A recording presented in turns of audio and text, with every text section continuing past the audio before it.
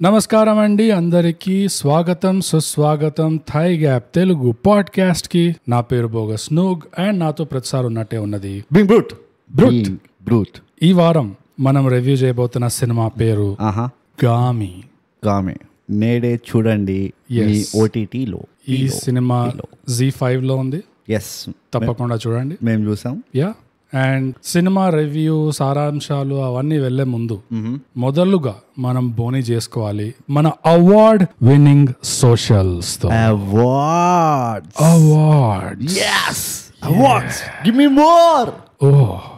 ఇవేంటంటే ఇన్స్టాగ్రామ్ లో @_thigap, Twitter లో @thigap, మన ఈమెయిల్ వచ్చి mindthigap@gmail.com.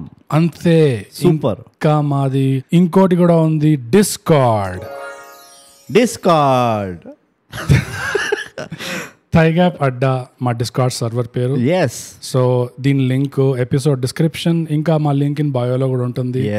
క్లిక్ చేసి వచ్చేయండి అండ్ వాగేసండి, అంతే. ఎవ్వరేం పట్టించుకోరు. మా డిస్కార్డ్ లో రండి అది. సో బ్రోట్, ఈ ముఖ్యమైన కార్యక్రమాలన్నీ అయిపోయినాయి. వెళ్దామా ఇంకా? అంతే, లెట్స్ గో. గామి అనే చిత్రానికి సారాంశం ఏంటో మనందరికి చెప్పేసే బ్రోట్. Okay, bogus. గామి అనే చిత్రం Z5 లో ఉన్నది, మనం చూసినాము. మీరు కూడా పోయి చూడండి, లేకపోతే మీకు సారాంశం అర్థం కాదు. రివ్యూ అర్థం అయిపోతుందేమో, సారాంశం అర్థం కాదు. గామి చిత్రమే దేని గురించి అంటే, శంకర్ అనే ఒక యువకుడు తప్పు సలహాలు ఫాలో అయ్యి ఒక అఘోరిక్ క్యాంప్ లో చిక్కుబడిపోతాడు. ఆ అఘోరిక్ క్యాంప్ లో ఎవరికి ఇష్టం లేదు శంకర్ అంటే. ఇన్ఫాక్ట్ మూవీ పోస్టర్ చూస్తే మీకు అర్థమైపోతుంది ఎందుకు ఇష్టం లేదు. కొంచెం నచ్చని బాలు అనమాట. కానీ పాపం ఆయన తప్పేం లేదు, ఆ బాబు తప్పేం లేదు. Just he has that face. Hard to like అంటారు. Hard to like. సో అందరూ చిత్రం మొదలవుతుండేనే అందరూ వెళ్ళి ఇట్లా head of the Aghor camp కి కంప్లైంట్ చేస్తుంటారు, అసలు వీడు మన దగ్గర ఎందుకున్నాడు, మనం ఈయన గెంటేయకుండా ఎందుకు ఈయన మేపుతున్నాము, మనకి జింకలు సరిపోవట్లేదు తినడానికి, 4 ఈడే తింటున్నాడు, దిస్ ఇస్ నాట్ ఫేర్ అంటారు. అయితే ఆ బాబా కూడా, హెడ్ కూడా కొంచెం MI క్యాంప్ మేనేజ్మెంట్ లాగా అన్నమాట. అవును కరెక్టే కదా మీరు చెప్తుంది, మీరు చెప్తుంది కదా కరెక్టే కదా సార్ అని చెప్పి, ఓకే జస్ట్ గెట్ అవుట్ అంటారు. అప్పుడే టిపికల్ గా ప్రతి ఒక్క ఎదవకి ఒక సపోర్టర్ ఉంటాడు కదా, అట్లానే అఘోరి బాబా ఆ క్యాంప్ లో ఒక సపోర్టర్ ఉంటాడు ఈ బాబుకి. ఈ బాబు పేరు శంకర్, బై ద వే. మీరు ఎవ్వరు అడగలే కాబట్టి నేను చెప్పలే కానీ ఈ శంకర్ బాబుకి ఒక సపోర్టర్ ఉంటాడు. వాడు వెళ్ళి మళ్ళీ అట్లెట్లా కుదురుతుంది, మన ధర్మం ప్రకారం అట్లీస్ట్ ఒక అవకాశం ఇవ్వాలి కదా అని. అదే okay, will give, we're fair and square democratic camp, fair and lovely మేము. కాకపోతే రాత్రి చూస్తారు కాబట్టి ఎవ్వరికి తెలియదు ఎంత లవ్లీయో, అంత రాత్రి జరుగుతుంటది. So okay let's go trial by combat అంటారు. అనగానే అందరు ఖుషి అవుతారు అని. కానీ ఈ సపోర్టర్ ఖుషిగా అనమాట. అయితే నీకు కన్ఫ్యూజ్ అవుతావు, హీరోకి సపోర్ట్ చేయట్లేదు ఏంటి, వీడేంది ఇట్లా ఉన్నాడు అని. అయితే ఆ ట్రయల్ బై కాంబాట్ లో తెలిసొచ్చేది ఏంటంటే, ఈ శంకర్ కి ఎవరైనా ముట్టుకుండా చెడ్డ చిరాకు. స్పర్శ ద టచ్ డజంట్ వర్క్. ఎంత చిరాకు అంటే ఇట్లా పరాలసిస్ వస్తుంది, ఇట్లా ఏమంటారు ఫిట్స్ వచ్చేస్తాయి అన్నమాట. మొహమంతా బ్లూగా అయిపోతాడు, ఒళ్ళంతా బ్లూగా అయిపోతుంది. ఇట్లా జస్ట్ కొంచెం ఇట్లా టచ్ గానే అని పడిపోతాడు. సో అదే అవుతుంది ఆబ్వియస్లీ. ఓకే, సో ఆ సపోర్టర్ బాబా చెప్తాడు, చూడు మన క్యాంప్ కి నేను ఎవరైతే తెచ్చిండో ఆడు పోయిండు, హీస్ డెడ్. సో నీ గురించి నీకే కాదు మాకు కూడా తెలియదు, తెలిసినదంట ఒక్కడికే. సో నీకు బై ద వే శంకర్కి అమ్నీషియా కూడా ఉంటుంది, very comfortable. They learned a lot from hi నాన్న. సో శంకర్కి అమ్నీషియా ఉంది కాబట్టి వాడు కూడా గుర్తుండదు అనమాట, నేను ఎవరిని, హూ మాయ్, వేర్ మాయ్ అని. అయితే వాడు చెప్తాడు, ఇదిగో ఈ బాబా లాస్ట్ సీన్ ఎక్కడ అంటే హిమాలయాస్ లో, because all Aghori related story start there. So నువ్వు హిమాలయకి వెళ్ళు, you will get your answers అంటారు. కట్ చేస్తే ఓ చిన్న పాప ఆడుకుంటూ ఉంటది, చిన్న పాపలాగా. ఇప్పుడు ఆ పాప పేరు ఉమా స్టోరీ ఏంది we don't know, we can't say in సారాంశం, మన చేతులు కట్టిపడేసి ఉన్నాయి. కట్ చేస్తే ఒక గుండు బాబుది, అంటే కొంచెం 15 years old బాబు. ఆ బాబుని ఒక పాత కాలపు మోడర్న్ టెక్నాలజీ బేస్డ్ ల్యాబ్ లో, ఇండియా చైనా బార్డర్ అని చెప్పారు. సో ఆ బాబుని అక్కడ ఒక ఎలక్ట్రిక్ చైర్ పైన, ఆ బాబు పైన ఫుల్ ఎక్స్పెరిమెంట్ చేస్తుంటారు. మరి ఈ బాబు ఏంటి కనెక్షన్ గామికి, అసలు గామికి ఈ స్టోరీకి ఏంటి కనెక్షన్, ఇవన్నీ తెలుసుకోవాలంటే చూడాలి గామి Z5 లో. సమాప్తం బోగస్. వండర్ఫుల్. అసలు ఎట్లా చెప్పావా అంటే దానికి రియాక్షన్ కూడా ఎట్లా ఇవ్వాలో నాకు తెలియకుండా అయిపోయింది. ఇట్స్ ద సేమ్ ఫీలింగ్ నాకు. అందుకనే నేను దీన్ని ఎక్కువగా ఖండించలేకపోతున్నాను. కానీ ఇట్ ఈస్ ఎ ప్రొఫెషనల్ సారాంశం. ఎందుకంటే మళ్ళీ స్పాయిలర్లు ఏం లేకుండా దీంట్లో ఏం లేదు, ఎక్సెప్ట్ ఫర్ టచ్ చేస్తే ఇష్టం ఉండదు శంకర్కి. అది that was the only spoiler. I couldn't hold it. So సారాంశం ఇంతటితో అయిపోయింది. సో ఇప్పుడు డీటెయిల్ గా స్పాయిలర్లతో పాటు సినిమాని చర్చిద్దాం రివ్యూలో. ఫేర్ అండ్ లవ్లీ అనుకున్నాం బ్రూట్. సో ఈ అఘోరీలు fair on the inside, lovely on the outside. Always కదా. అండ్ అఘోరి అనగానే హిమాలయాలకి హిమాలయాల్లోనే నీ కథ మొత్తం ముగిస్తుంది, అది మనం నార్మల్ గా ఎక్స్పెక్ట్ చేసేది. అవును, ఏదైనా అఘోరిని పట్టుకొని అఘోరి ఎప్పుడైనా మనాలికి పో, అదే ఏ అఘోరి అని అంటారా, థాయిలాండ్కి పో, మనాలికి పో, అరే మన ఇక్కడ కొడైకెనాల్కి పో అని అంటారా, అన్నారు. నేను అదే అనుకున్నా, కొత్తగా చూపియాలి, కొత్తగా అనిపించాలి ఆడియన్స్ కి అంటే, బాబు నువ్వు చెన్నైకి పోవాలి అని చెప్తే నువ్వు అమీర్పేట్లో ఆ మైత్రివనం 4th floor 302 దానికి వెళ్ళి అక్కడ ఒక కోర్స్ చేయి. అది సరిగ్గా 1 గంటకి మంగళవారం రోజు పాంప్లెట్లు పడతాయి నీ మొహం. అందులో ఏదో ఒక పాంప్లెట్ లో అమావాస్య రాత్రి రహస్యం దాగుంటుంది. అమావాస్య రాత్రి చెయ్యి పైకెత్తు, ఏ చేతికి ఏ పాంప్లెట్ వస్తే ఆ పాంప్లెట్ లోనే రహస్యం, ఆ కోర్స్ లోనే రహస్యం. అది SAP, Siebel, CRM, C++ Python అంతే. So brute, opening thoughts brute. ఏ ఆర్డర్ లేకుండా నీ ఇష్టం వచ్చినట్టు నీకు ఎలా మొదలెట్టాలనుందో ఈ సినిమా మీద మొదలెట్టేసి. బోగస్ నాకు తెలియదు, థియేటర్కల్ రిలీజ్ అయిందా? పెద్ద రిలీజ్ అంటే పెద్దగా హైప్, చాలా హైప్ ఉండే. కానీ ఏమైనా చిచింగ్ లైనా అవలే అనుకుంటా. అంటే హైప్ వల్ల ఫుట్ ఫాల్స్ అయితే వచ్చినట్టున్నాయి. మొత్తం వీళ్ళు రికవర్ చేసుకున్నారా, ప్రాఫిట్ వచ్చిందా లేదా నాకు తెలీదు. బట్ హైప్ లో అయితే ఒక 9 కోట్లు 11 కోట్లు అని ఇట్లా వస్తూనే ఉండే. Okay, so I'm not sure ఎట్లా నడిచిందో. ఓకే, ఎందుకు అడిగినా అంటే క్వశ్చన్, కానీ తెలుగు సినిమాకి ఒక మేజర్ రిలీజ్ థియేట్రికల్ కి ఎప్పుడు లేని హైప్. అంటే ఒక స్టార్ హీరోది పక్కన పెడితే, సాలార్ ఇట్లాంటివి పక్కన పెడితే, తెలియని సినిమాలకి, అసలు అన్ఎక్స్పెక్టెడ్ ప్రొడక్షన్ సినిమాలకి ఇంత హైప్ రావడం అనేది కొత్తగా అయింది. ఓహో, నాకైతే ఆ హైప్ ఎక్కడ వినబడలేదు ఫస్ట్లీ. అండ్ సెకండ్, ఎందుకు అడుగుతున్నాను అంటే ఈ క్వశ్చన్, ఇప్పుడు నేను చెప్పబోయే దానికి నిన్ను అడిగిన దానికి ఏం సంబంధం లేదు. ఇన్ఫాక్ట్ నాకు ఏం అవసరం లేదు. జస్ట్ క్యాజువల్ గా ఈ ఎపిసోడ్ లో ఎక్కువ మ్యాటర్ ఉండదేమో, ఈ ఎపిసోడ్ లో మ్యాటర్ ఎక్కువ ఉండదేమో అని భయంతో ఆ క్వశ్చన్ అడిగామాట. బట్ నెవర్ ద లెస్ అన్ని నిజాలు కూడా కక్కేయకూడదు, ఎంత ప్రొఫెషనల్ అయితే. నా ఫస్ట్ ఇంప్రెషన్స్ అడిగినావు నువ్వు మొదటి చూపులో. అట్లా అడగలేదు, నీకు ఎలా స్టార్ట్ చేయాలని ఉందో అట్లా స్టార్ట్. నేను ఫస్ట్ ఇంప్రెషన్ తో స్టార్ట్ చేస్తాను. మూవీ అయిపోగానే I was highly disappointed that this movie didn't disappoint me. Wow, అసలు claps, hit it, twist, hit it. ఎందుకు డిసప్పాయింట్ చేయలేదో ఓ 2-3 పాయింట్స్ ఉన్నాయి ప్లీజ్. ఎందుకు డిసప్పాయింట్ అయ్యాను అంటే, థై గ్యాప్ రివ్యూ యాంగిల్ నుంచి చూస్తే చాలా డిసప్పాయింట్. ఎందుకంటే ఐ హ్యాడ్ నథింగ్, నన్ను చాలా డిసప్పాయింట్ చేసింది. సో స్టార్టింగ్ నుంచే డిసప్పాయింట్ చేసుకుంటూ. ఆ మాట మీద చెప్తే బ్రో, ఆపరేషన్ వ్యాలంటైన్ లో నేను ఇంకా ఖుషిగా ఉండే, నేను ఎంత సంతోషంగా ఉండే, చాలా ఛాన్స్ ఏడ్చిన ఇట్లా, నాకు ఆనంద బాష్పాలు వచ్చినాయి. ఎందుకు తెలుసా, ఇట్లా మెటీరియల్ దొరికింది అనుకో ఓ మూవీలో, నాకు ఫస్ట్ ఏంటంటే అమ్మ షేక్ గడ్ ఏమన్నాడు, అది ఒక్కటే.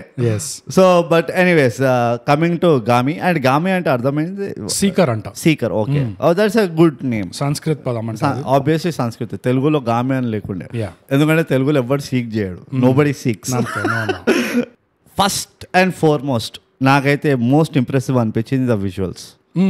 ఓవరాల్ ఏదైతే నాకు స్క్రీన్ పైన కనబడుతుండేనో, I felt they did such a beautiful job.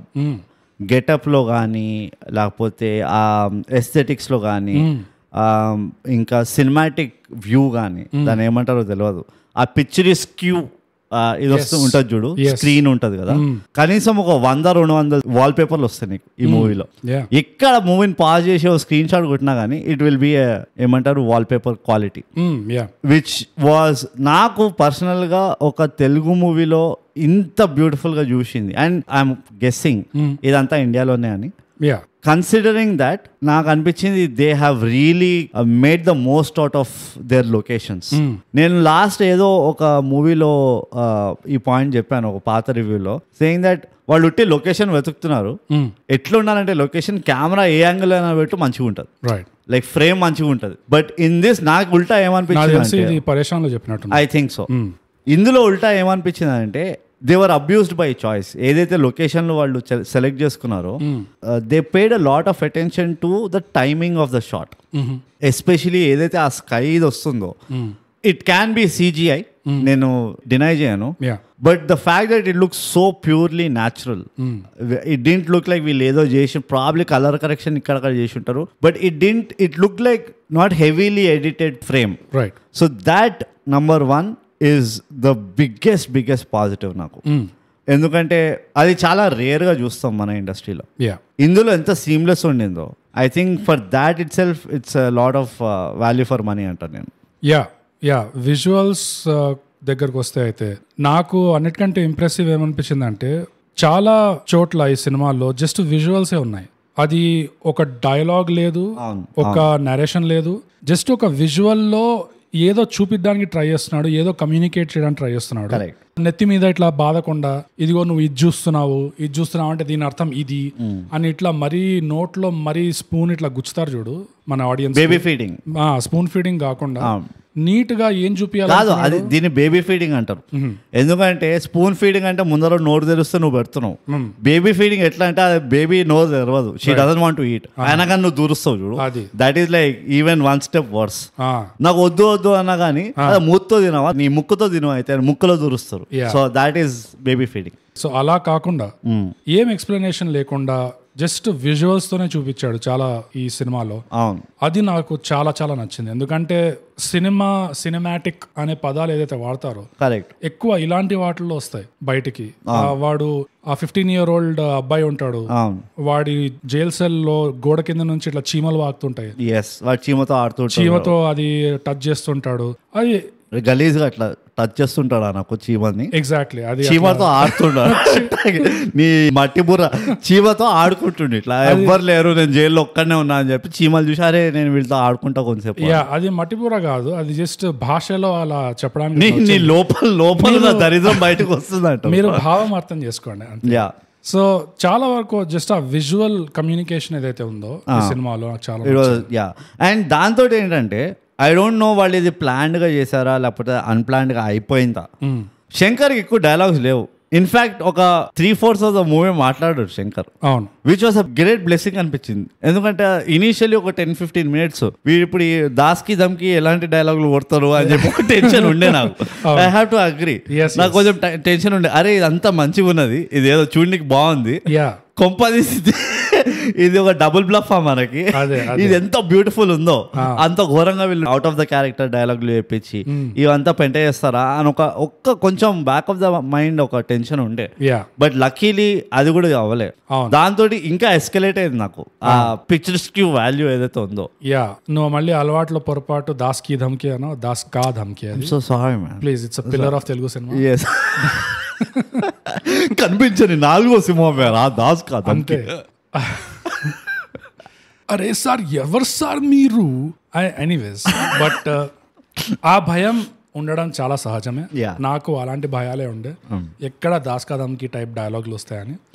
నువ్వు చెప్పిన దాంతో నేను అంటే ఒక 60-40 బ్రో. ఎందుకు 60-40? ఎందుకంటే 60 ఏంటి 40 ఏంటి? 60 ఏంటంటే 60% అవును డైలాగులు తక్కువనే ఇచ్చారు, మంచి పని చేశారు, వెరీ గుడ్. 40% ఏంటంటే ఇచ్చిన డైలాగ్ దగ్గర ఎక్కడైతే ఇచ్చారో ఎక్కువ అయిపోయింది అనిపించింది. అక్కడ కొంచెం తగ్గించాల్సి ఉండే అనిపించింది. ఎందుకంటే డైలాగ్స్ నాకు ఈ సినిమాలో one of the weak points ఉండే. ఒప్పుకుంటా, కానీ నాకు ఇంకోటి ఏమనిపించింది సార్, దీనిపైన కొంచెం ఎక్స్పాండ్ చేద్దాం, ఎందుకంటే మనకు మెటీరియల్ లేదు ఇంకా.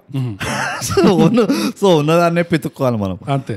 డైలాగుల విషయంలో నాకు ఏం అనిపించింది అంటే ఇది ఒక వైడర్ ఆడియన్స్కి అర్థమయ్యేటట్టు they over simplified the conversations. అది కావాలనే చేశారా, నిజంగా డైలాగ్ అట్లనే రాసారా? ఎందుకంటే సరిగ్గా రాసినట్టు అనిపించలేదు నాకు. That is again it will be an assumption. It can be. వాళ్ళు కావాలని రాసినా లేకపోతే ఇది ఒక కాన్షియస్ అటెంప్టా అని. ఎందుకంటే it was a pretty tricky screen play to follow, to be honest, right? నీకు చాలాసేపటికి అర్థం కాదు ఈ చిన్నపిల్ల ఎందుకు ఉంది, వీడెందుకు టార్చర్ చేస్తున్నాడు, వీడు ఎట్లా related. For the longest time నువ్వు ఏమనుకున్నావు, వాళ్ళు వీడి పిల్లలు అనుకుంటాం. ఆ నెత్తి రాస్తూ ఉంటుంది చూడు, వాడు పెళ్ళాం చచ్చిపోయింది, టిపికల్ రైట్, వాడి పెళ్ళాం చచ్చిపోయింది, వాళ్ళిద్దరు వీళ్ళ పిల్లలు. కానీ దీన్ని అక్కడ కొన్ని చోట్ల ఆ టైం లైన్లో మ్యాచ్ కావు ఎందుకో. అరే ఇది వేరేగా ఉన్నది, వీడు వేరే టైం లైన్లో ఉంటున్నాడు, వీడు ఎక్కడున్నాడో తెలియదు. So that was very gripping. So ఆ స్క్రీన్ ప్లే ఫాలో అవ్వకుంటూ ఇంకా డైలాగులు కూడా కొంచెం దానికి కొంచెం గ్రావిటాస్ పెంచేసి ఉంటే మేబీ వాళ్ళ థింకింగ్ ఏముండే అంటే it will become too much for Telugu audience. దీన్నే నువ్వు ఏమంటారు మన హాలీవుడ్ లో నువ్వు ఒక 47 రానిన్ లేకపోతే ద లాస్ట్ ఆఫ్ ద సామురాయ్ అన్నట్టు తీసావు అనుకో, it will still fly. Telugu audience కి ఈ కాన్సెప్ట్ పైన నాట్ మెనీ మూవీస్ కేమ్. అవును, ఇట్లాంటిది లేదు. I think in fact many movies కాదు, చాలా అసలు రాలేదు అనుకుంటా. రాలేదు ఇంత హెవీ అఘోరీ లోడెడే కాదు బ్రో. యాక్చువల్ గా ఇది ఎలాంటి విజువల్స్ అయితే ఉన్నాయో, ఎలాంటి స్టోరీ లైన్ అయితే ఉందో, చాలా వెస్టర్న్ ఇన్ఫ్లుయెన్స్ ఉంది.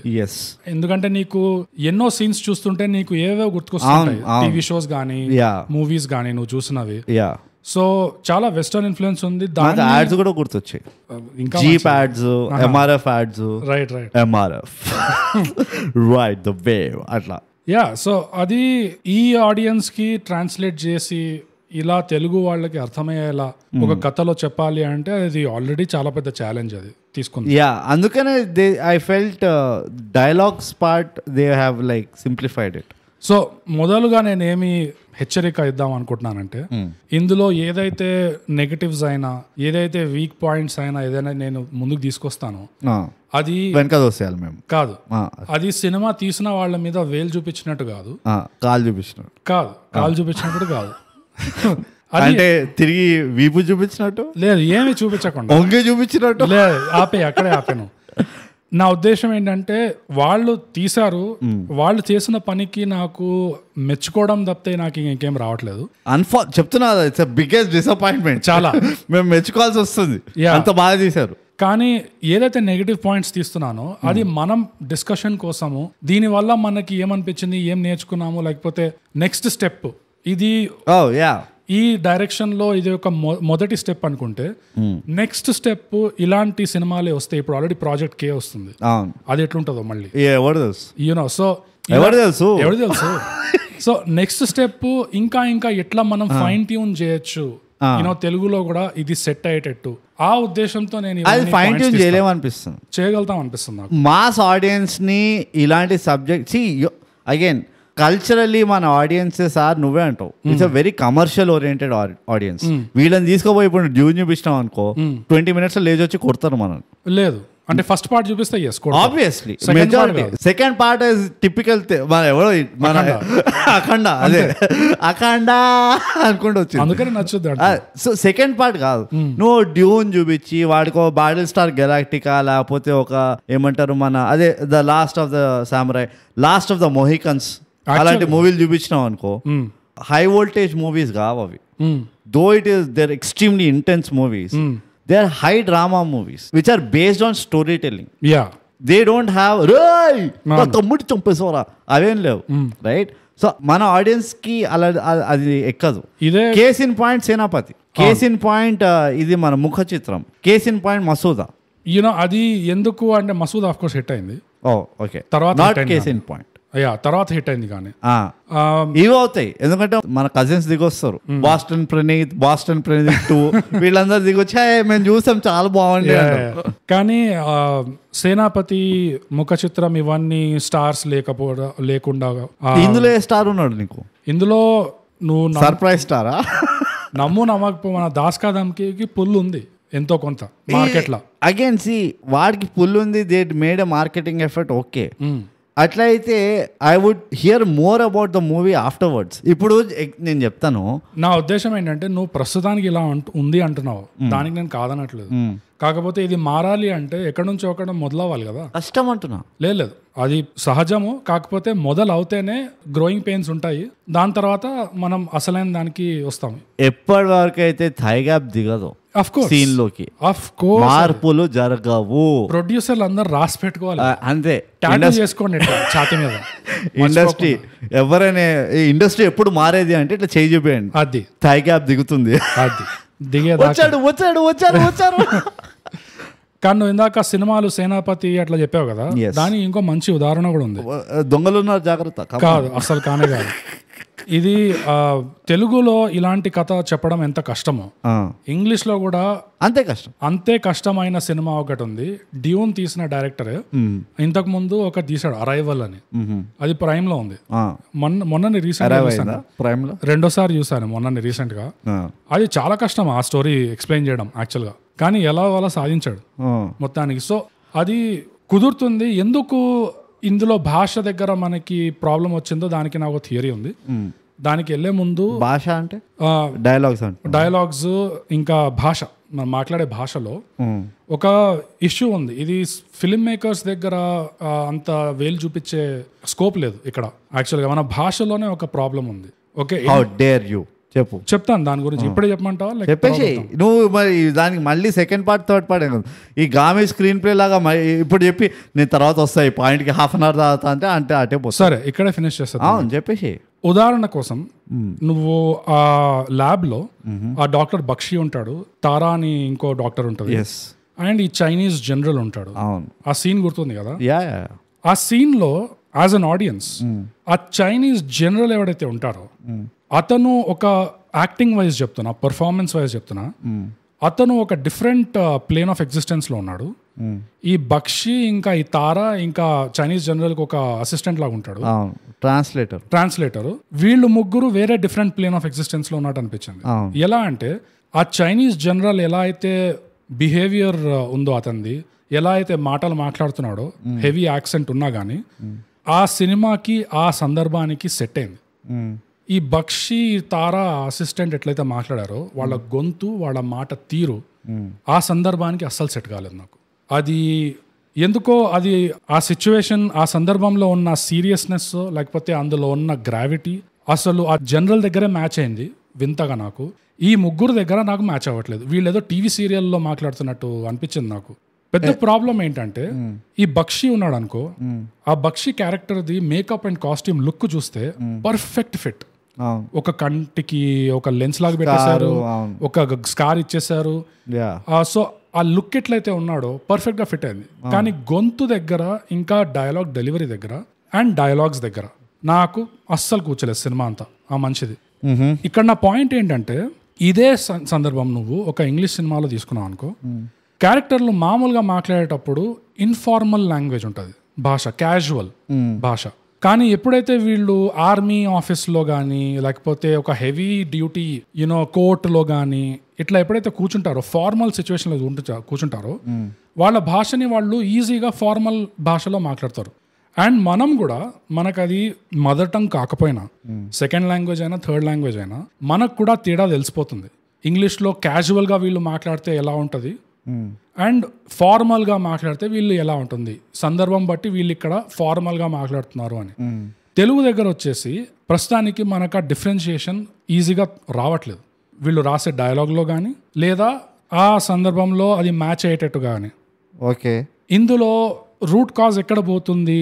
రైటర్కి సరిగ్గా ఫార్మల్ తెలుగు రాకపోవడం వల్ల ఇలా అయిందా అంటే అలా కూడా చెప్పలేము. ఎందుకంటే ఫార్మల్ గా వెళ్ళిపోయావు అనుకో తెలుగులో, నువ్వు పోయిన ఎపిసోడ్ లో చెప్పావు కదా, క్రికెట్ ని వీళ్ళు ఏదో కిరికిటా బంతి బుడ్డు ఏదో అంటారని చెప్పి, అదే పైలట్ ని విమాన చాలకుడు అని అంత పెద్దగా పెడితే, ఇప్పుడు మనోళ్ళు ఫార్మల్ తెలుగులో అట్లా మాట్లాడారు అనుకో, ఆడియన్స్ కి ఎక్కదు, ఇమ్మీడియట్ గా వాళ్ళు బయటకు వచ్చేస్తారు. It's hard cell. So unfortunately ఇది మింగాల్సిన నిజం ఏంటంటే, మనము ఈ గ్యాప్ ని మనమే బ్రిడ్జ్ చేయాలి. ఎట్లా చేస్తాం? కొలోక్వియల్ గా లేదా ఒక డిఫరెన్షియేషన్ తీసుకురావాలి డైలాగ్ రైటింగ్ లో. క్యాజువల్ సిచ్యువేషన్స్ లో ఒక భాష ఉన్నప్పుడు ఫార్మల్ సిచ్యువేషన్స్ లో అలాంటి భాష ఉండకూడదు. ఏదో ఒక చిన్న తేడా ఎక్కడో అక్కడ, నువ్వు పెద్ద భారీ వర్డ్స్ పెట్టకు, కానీ ఏదో ఒక చిన్న తేడా అయినా చూపించు. ఎందుకంటే కలిసిపోతుంది. ఈ జనరల్ మాట్లాడే భాష కరెక్ట్ గా ఫార్మల్ గా అనిపించింది సిచ్యువేషన్ కి తగ్గట్టు, వీళ్ళు మాట్లాడేది మాత్రం క్యాజువల్ గా అనిపించింది. బాత్ కర్నే కా తరీకా థోడా క్యాజువల్ హే. ఓకే, చాలా ఎలాబరేట్ చేసినావు. నేను క్లుప్తంగా చెప్తాను నీకు. మన ఫార్మల్ తెలుగు మూవీస్లో ఎప్పుడైనా విన్నావా? పాత సినిమాల్లో విన్నాను. కరెక్ట్. పాత సినిమాల్లో ఎలాంటి సినిమాల్లో విన్నావు? అంటే పీరియడ్ ఫిలిమ్స్ లో అఫ్ కోర్స్ ఆ భాష వేరే ఉంటుంది, అది రాజుల కాలము, అది వేరే. కరెక్ట్. ఇంకోటి మన standard 1950s 1960s middle class family, అందులో జమీందార్ ఉంటాడు, జమీందార్కి పెద్ద కుటుంబం ఉంటుంది, అందులో మాట్లాడే భాష కొంచెం వేరేగా ఉంటుంది. కరెక్ట్. కానీ అది కూడా కొంచెం ఇంకా క్లాసీగా ఉంటుంది. కరెక్ట్. సో నా పాయింట్ అది. ఇష్యూ ఏంటంటే నాకు తెలిసి ఇట్స్ ఎ కల్చరల్ ఇష్యూ. నా థియరీ ఇది. కల్చరల్ ఇష్యూ ఎట్లా? ఇప్పుడు మన ఆర్మీ ట్రైనింగ్ అవుతుంది. ఫర్ ఎగ్జాంపుల్ మన ఆర్మీ ట్రైనింగ్ ఏ లాంగ్వేజ్లో చేస్తారు? హిందీయా? నేషనల్ లాంగ్వేజ్లో ఉంటుంది. సిపాయి, ప్యూను, సాబ్, మేజర్ సాబ్. The training is also done in Hindi. నువ్వు ఎప్పుడైనా ఇక్కడ మెహదీపట్నం దగ్గర అయినా లేకపోతే మన తిరుమలగిరి దగ్గర ఏస్రావు నగర్ దగ్గర ఉంటది కదా కంటోన్మెంట్ ఏరియా, అక్కడ ఎప్పుడైనా ఆర్మీ వాళ్ళ ట్రైనింగ్ చూసినావా? లేదు. వాళ్ళు మార్చింగ్ ఇది కూడా హిందీలో చెప్తారు. ఆగే బడ్ పిచ్చే బడ్ అని, రైట్? సో ఇక్కడ ఇష్యూ ఏమవుతుందంటే నువ్వు ఒక ఆర్మీ సెటప్ కానీ లేకపోతే రీసెర్చ్ సెంటర్ సెటప్ కానీ ఓ గవర్నమెంట్ డ్రివెన్ ఆర్గనైజేషన్ అని చూపిస్తే that doesn't happen in Telugu. So it can never. నాకేమనిపిస్తుంది అంటే because of that you will never be able to bridge the gap. ఎందుకంటే నువ్వు ఒక సిబిఐఓ, రా ఏజెంటో లేకపోతే ఒక గవర్నమెంట్ ఇన్స్పెక్టరో లేకపోతే పోలీస్ ఇన్స్పెక్టర్ ఏదో ఒక ఆర్మీ జనరల్ ఏదో అనుకున్నావు అనుకో, నీ ఫస్ట్ ఇమేజ్ ఏమొస్తుంది అంటే అరే వీడు ఒక ఢిల్లీలో కూర్చోనో లేకపోతే మన రాజస్థాన్ బార్డర్లో కూర్చొని ఆర్మీ వాడు కొట్లాడుతున్నాడు కాశ్మీర్లో అక్కడిక్కడ, and they will only speaking Hindi. For example సర్కార్ వారి పాటన అది మన ఏముంది ఆర్మీ నార్త్ నుంచి వస్తాడు చూడు, సర్కార్ వారి పాట కాదు నార్త్, అదే హీరోనా? అదే హీరో. భరత్ అనే నేను శ్రీమంతుడు మొన్న వచ్చింది షిట్. నువ్వు ఆ మూవీలో రాజేంద్ర ప్రసాద్ ఇంకా హీరో ఇద్దరు బాంబ్ స్క్వాడ్ ఉంటారు, వాళ్ళు కాశ్మీర్లో పోస్టెడ్ ఉంటారు, అంత తతంగం జరుగుతూ ఉంటుంది. But as much as you see them speaking Telugu నీకు ఆఫ్ అనిపిస్తుంది. ఆర్మీ వాడు తెలుగులో ఎందుకు మాట్లాడతాడు? వీడు ఎంత కలిసి ఇద్దరు తెలుగు అయినా కానీ చుట్టుపక్కల ఓ సర్దార్ ఉన్నాడు, వీడున్నా, అందరు కలిసి తెలుగు మాట్లాడుతున్నారు. It is of. కానీ ఏమవుతుందంటే మన ఆడియన్స్కి ఆ కనెక్షన్ చేయడానికి అన్ఫార్చునేట్లీ లాంగ్వేజ్ ఒక్కటే ఉన్నది. అవును. So they will have to dumb it down. నా థింకింగ్ నాట్ దట్ ఒక రైటర్కి స్కిల్ లేదని కాదు. నేను చాలామంది రైటర్లను చూశాను, వాళ్ళకు ఉన్నది అది. I want to cell this product, ఈ రైటింగ్ కానీ ఈ స్టోరీ కానీ is what I want to cell are make. కానీ ప్రాబ్లం ఏంటంటే దీనికి రిటర్న్స్ రావు అని చెప్పి ఎవరు ఇన్వెస్టెడ్ ఉండరు.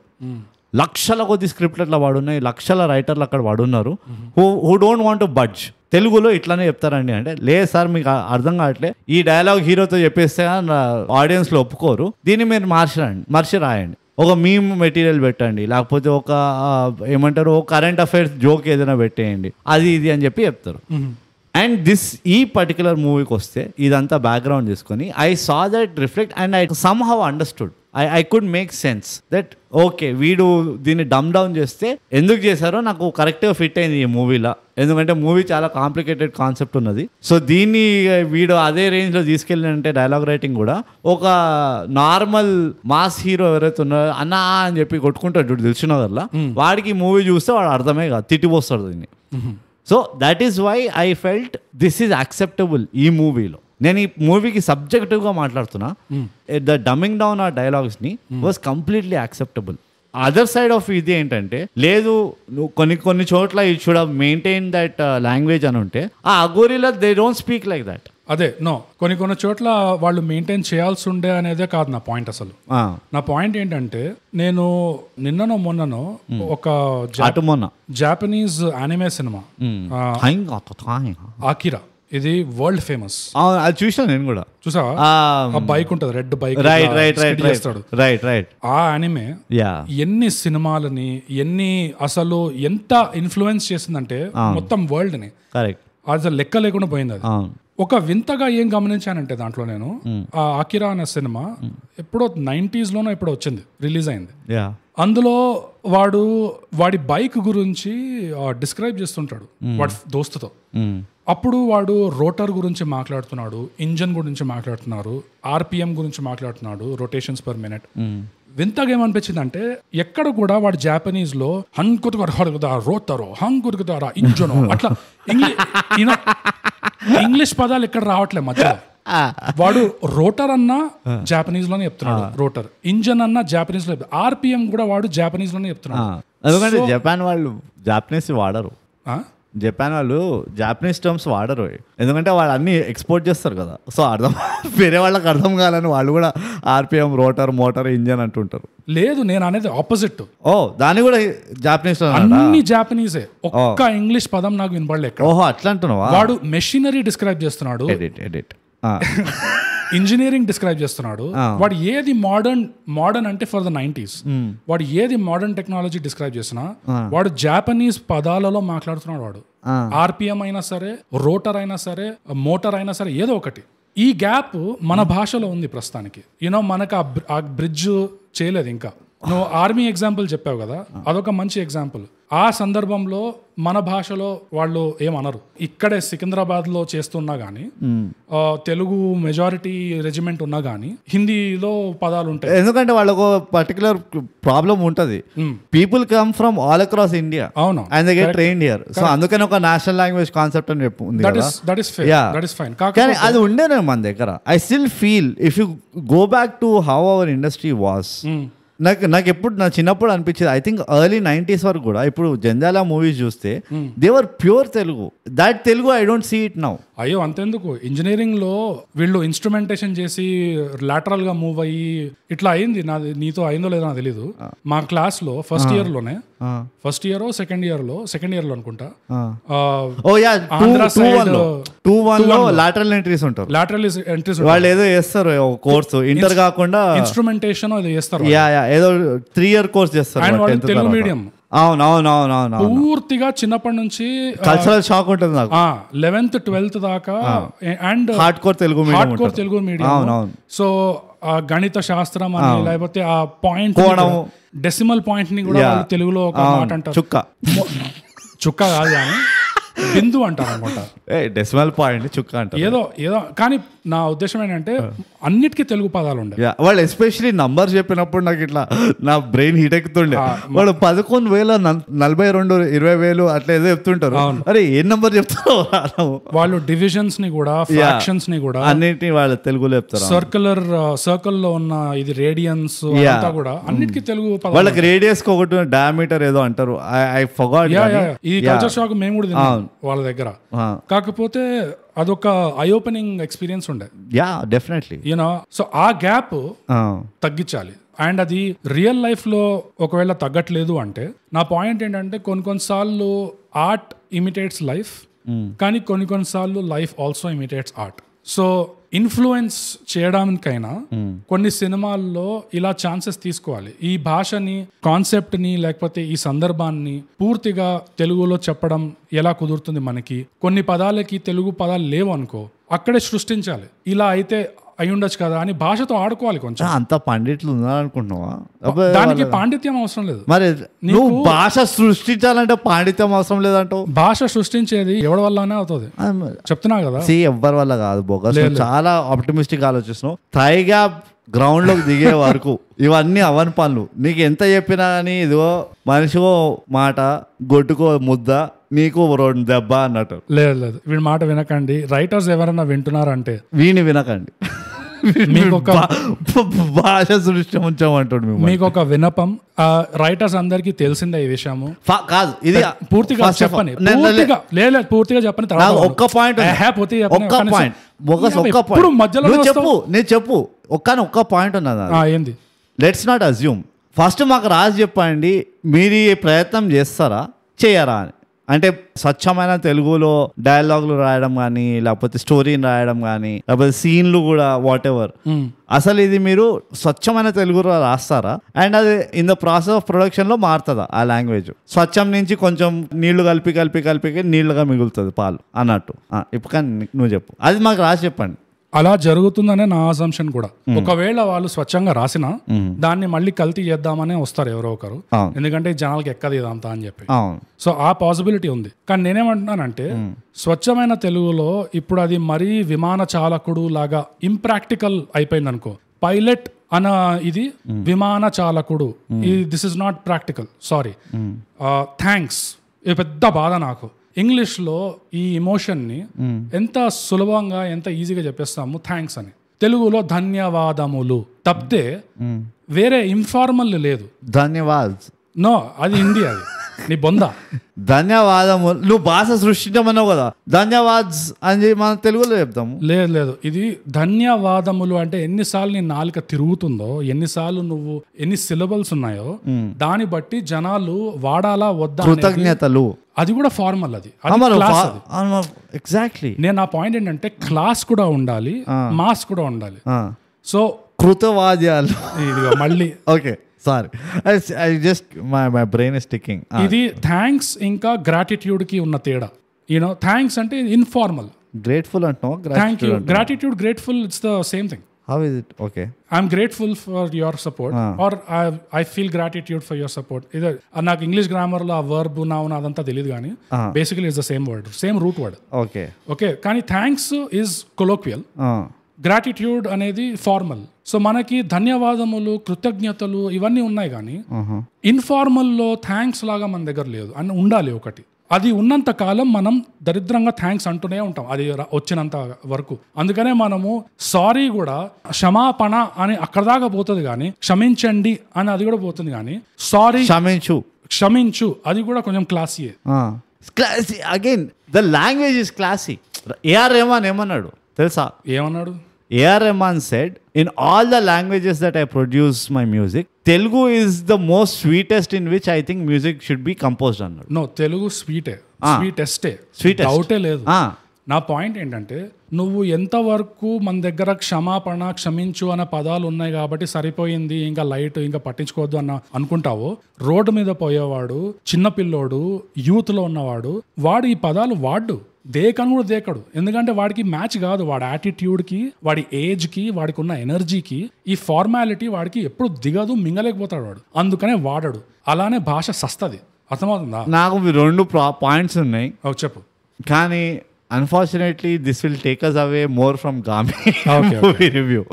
ఎనీవేస్, మూవీ రివ్యూ గురించి అయితే నాకు చాలా ఇవి కొన్ని పాజిటివ్స్ ఉన్నాయి, ఇవి కొన్ని నెగటివ్స్ ఉన్నాయి అని చెప్పి ఉదాహరణలు రాసుకొని వచ్చా అంతే. ఓకే, కానీ ఇదంతా ఏదైతే మాట్లాడుతున్నామో I'm more interested in this. ఇది కూడా ఈ సినిమా వల్లనే వస్తుంది ఈ చర్చ అంతా. అవును, కరెక్ట్. కానీ నాకు ఇది ప్రతి సినిమాలో వస్తుంది అట్లా. అంటే నో ఎస్పెషల్లీ నువ్వు అనుకుంటున్నావు అట్లా.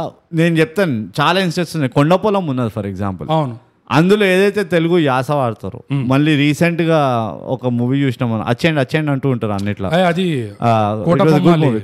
Kotabommali. That was a different యాస.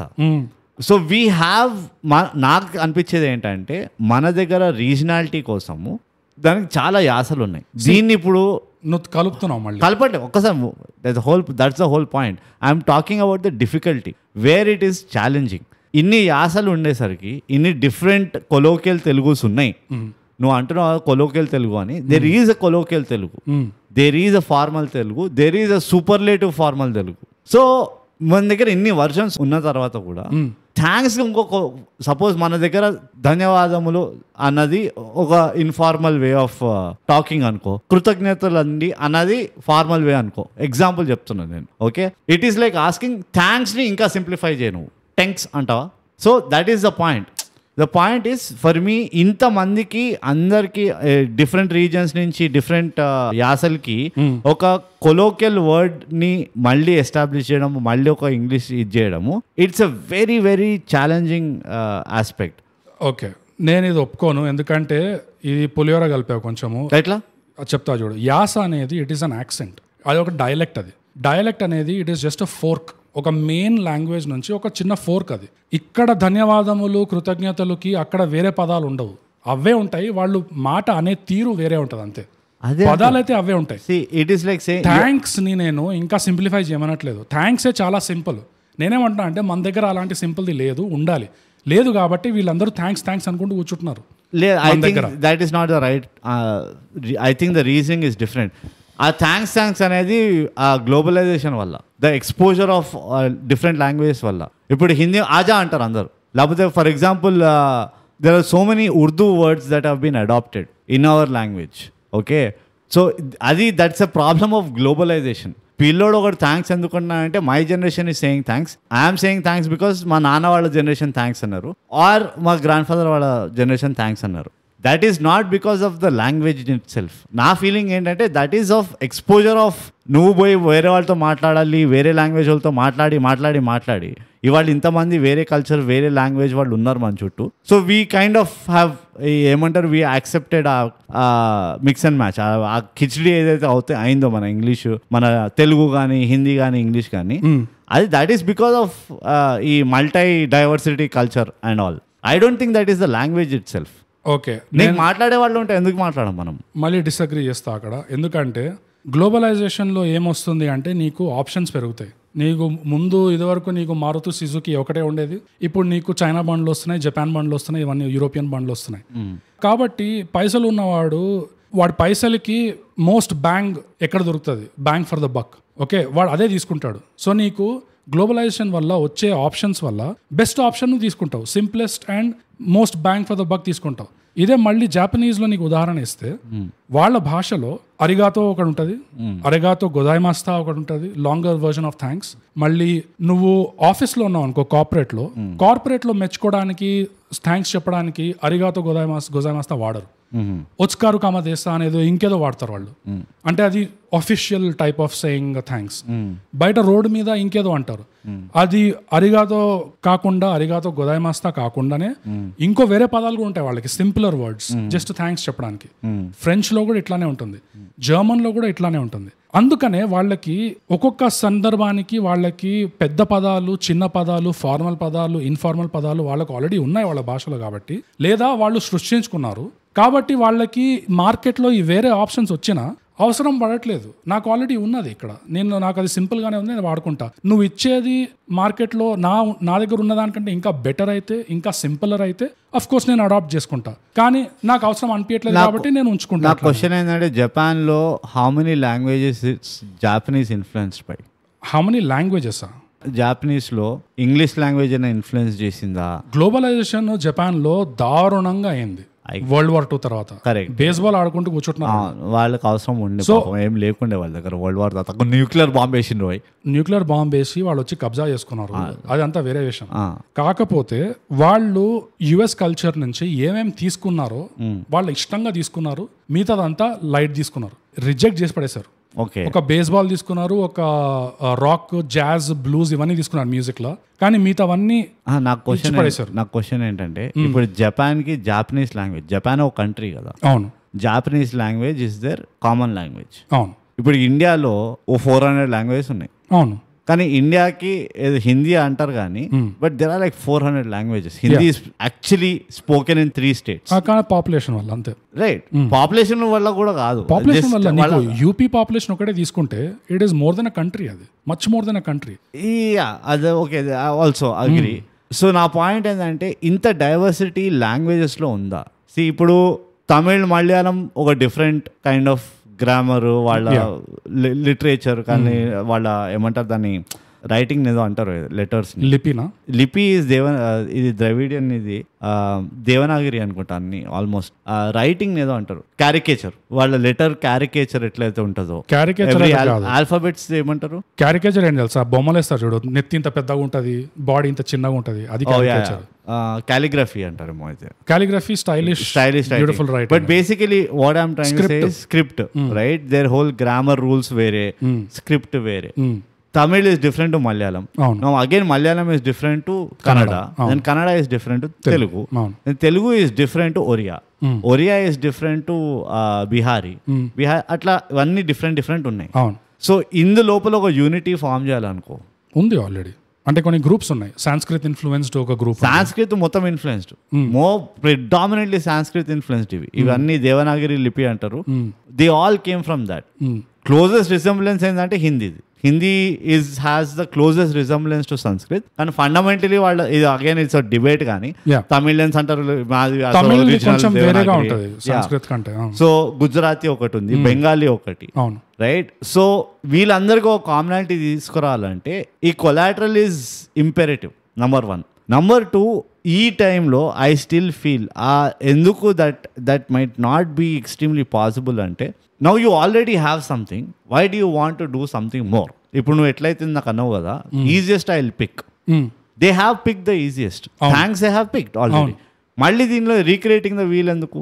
ఎందుకంటే అది ఎంతవరకు అయితే నీ భాష నుంచి నువ్వు జారిపోతుంటావు అట్లా, it is a sign of the language dying. అంటే చాలా రోజులు ఉంది కదా. లేదు, నీ భాష అనేది ఇది ఒకసారి వన్ అండ్ డన్ కాదు. అది ఏదో ఒక రోజు ఈ కక్క గగ జ్ఞా రాసి పెట్టేశారు, ఇంకా అంతే, దీన్ని ఎవరు మార్చలేరు, దీన్ని ఎవరు రుద్దలేరు, అట్లా కాదు. భాష అనేది ఇవాల్వ్ అవుతూనే ఉండాలి విత్ ద టైమ్స్. కాలంతో ఎలాంటి పదాలు రావాలనేది యాడ్ చేసుకోవచ్చు మనం. ఎవరు రూల్ ఏం లేదు అట్లా. అంటే గ్రామర్ లో కొన్ని రూల్స్ ఉంటాయి. ఈ పాణిని రూల్స్ లో క్లియర్ కట్ ఉంటుంది. నీకు ఈ వర్డ్ చెప్పాలి, ఈ ఎమోషన్ ని ఎక్స్ప్రెస్ చేయాలి అంటే ఈ రూట్ నుంచి తీసుకోవచ్చు, దానికి ఈ తోక యాడ్ చేయొచ్చు అనేది ఉన్నాయి. కాకపోతే ఎప్పుడైతే మనం అది చేయడం ఆపేస్తామో అప్పుడు it is the start of the decline అన్నమాట. It is a sign that your language is dyeing.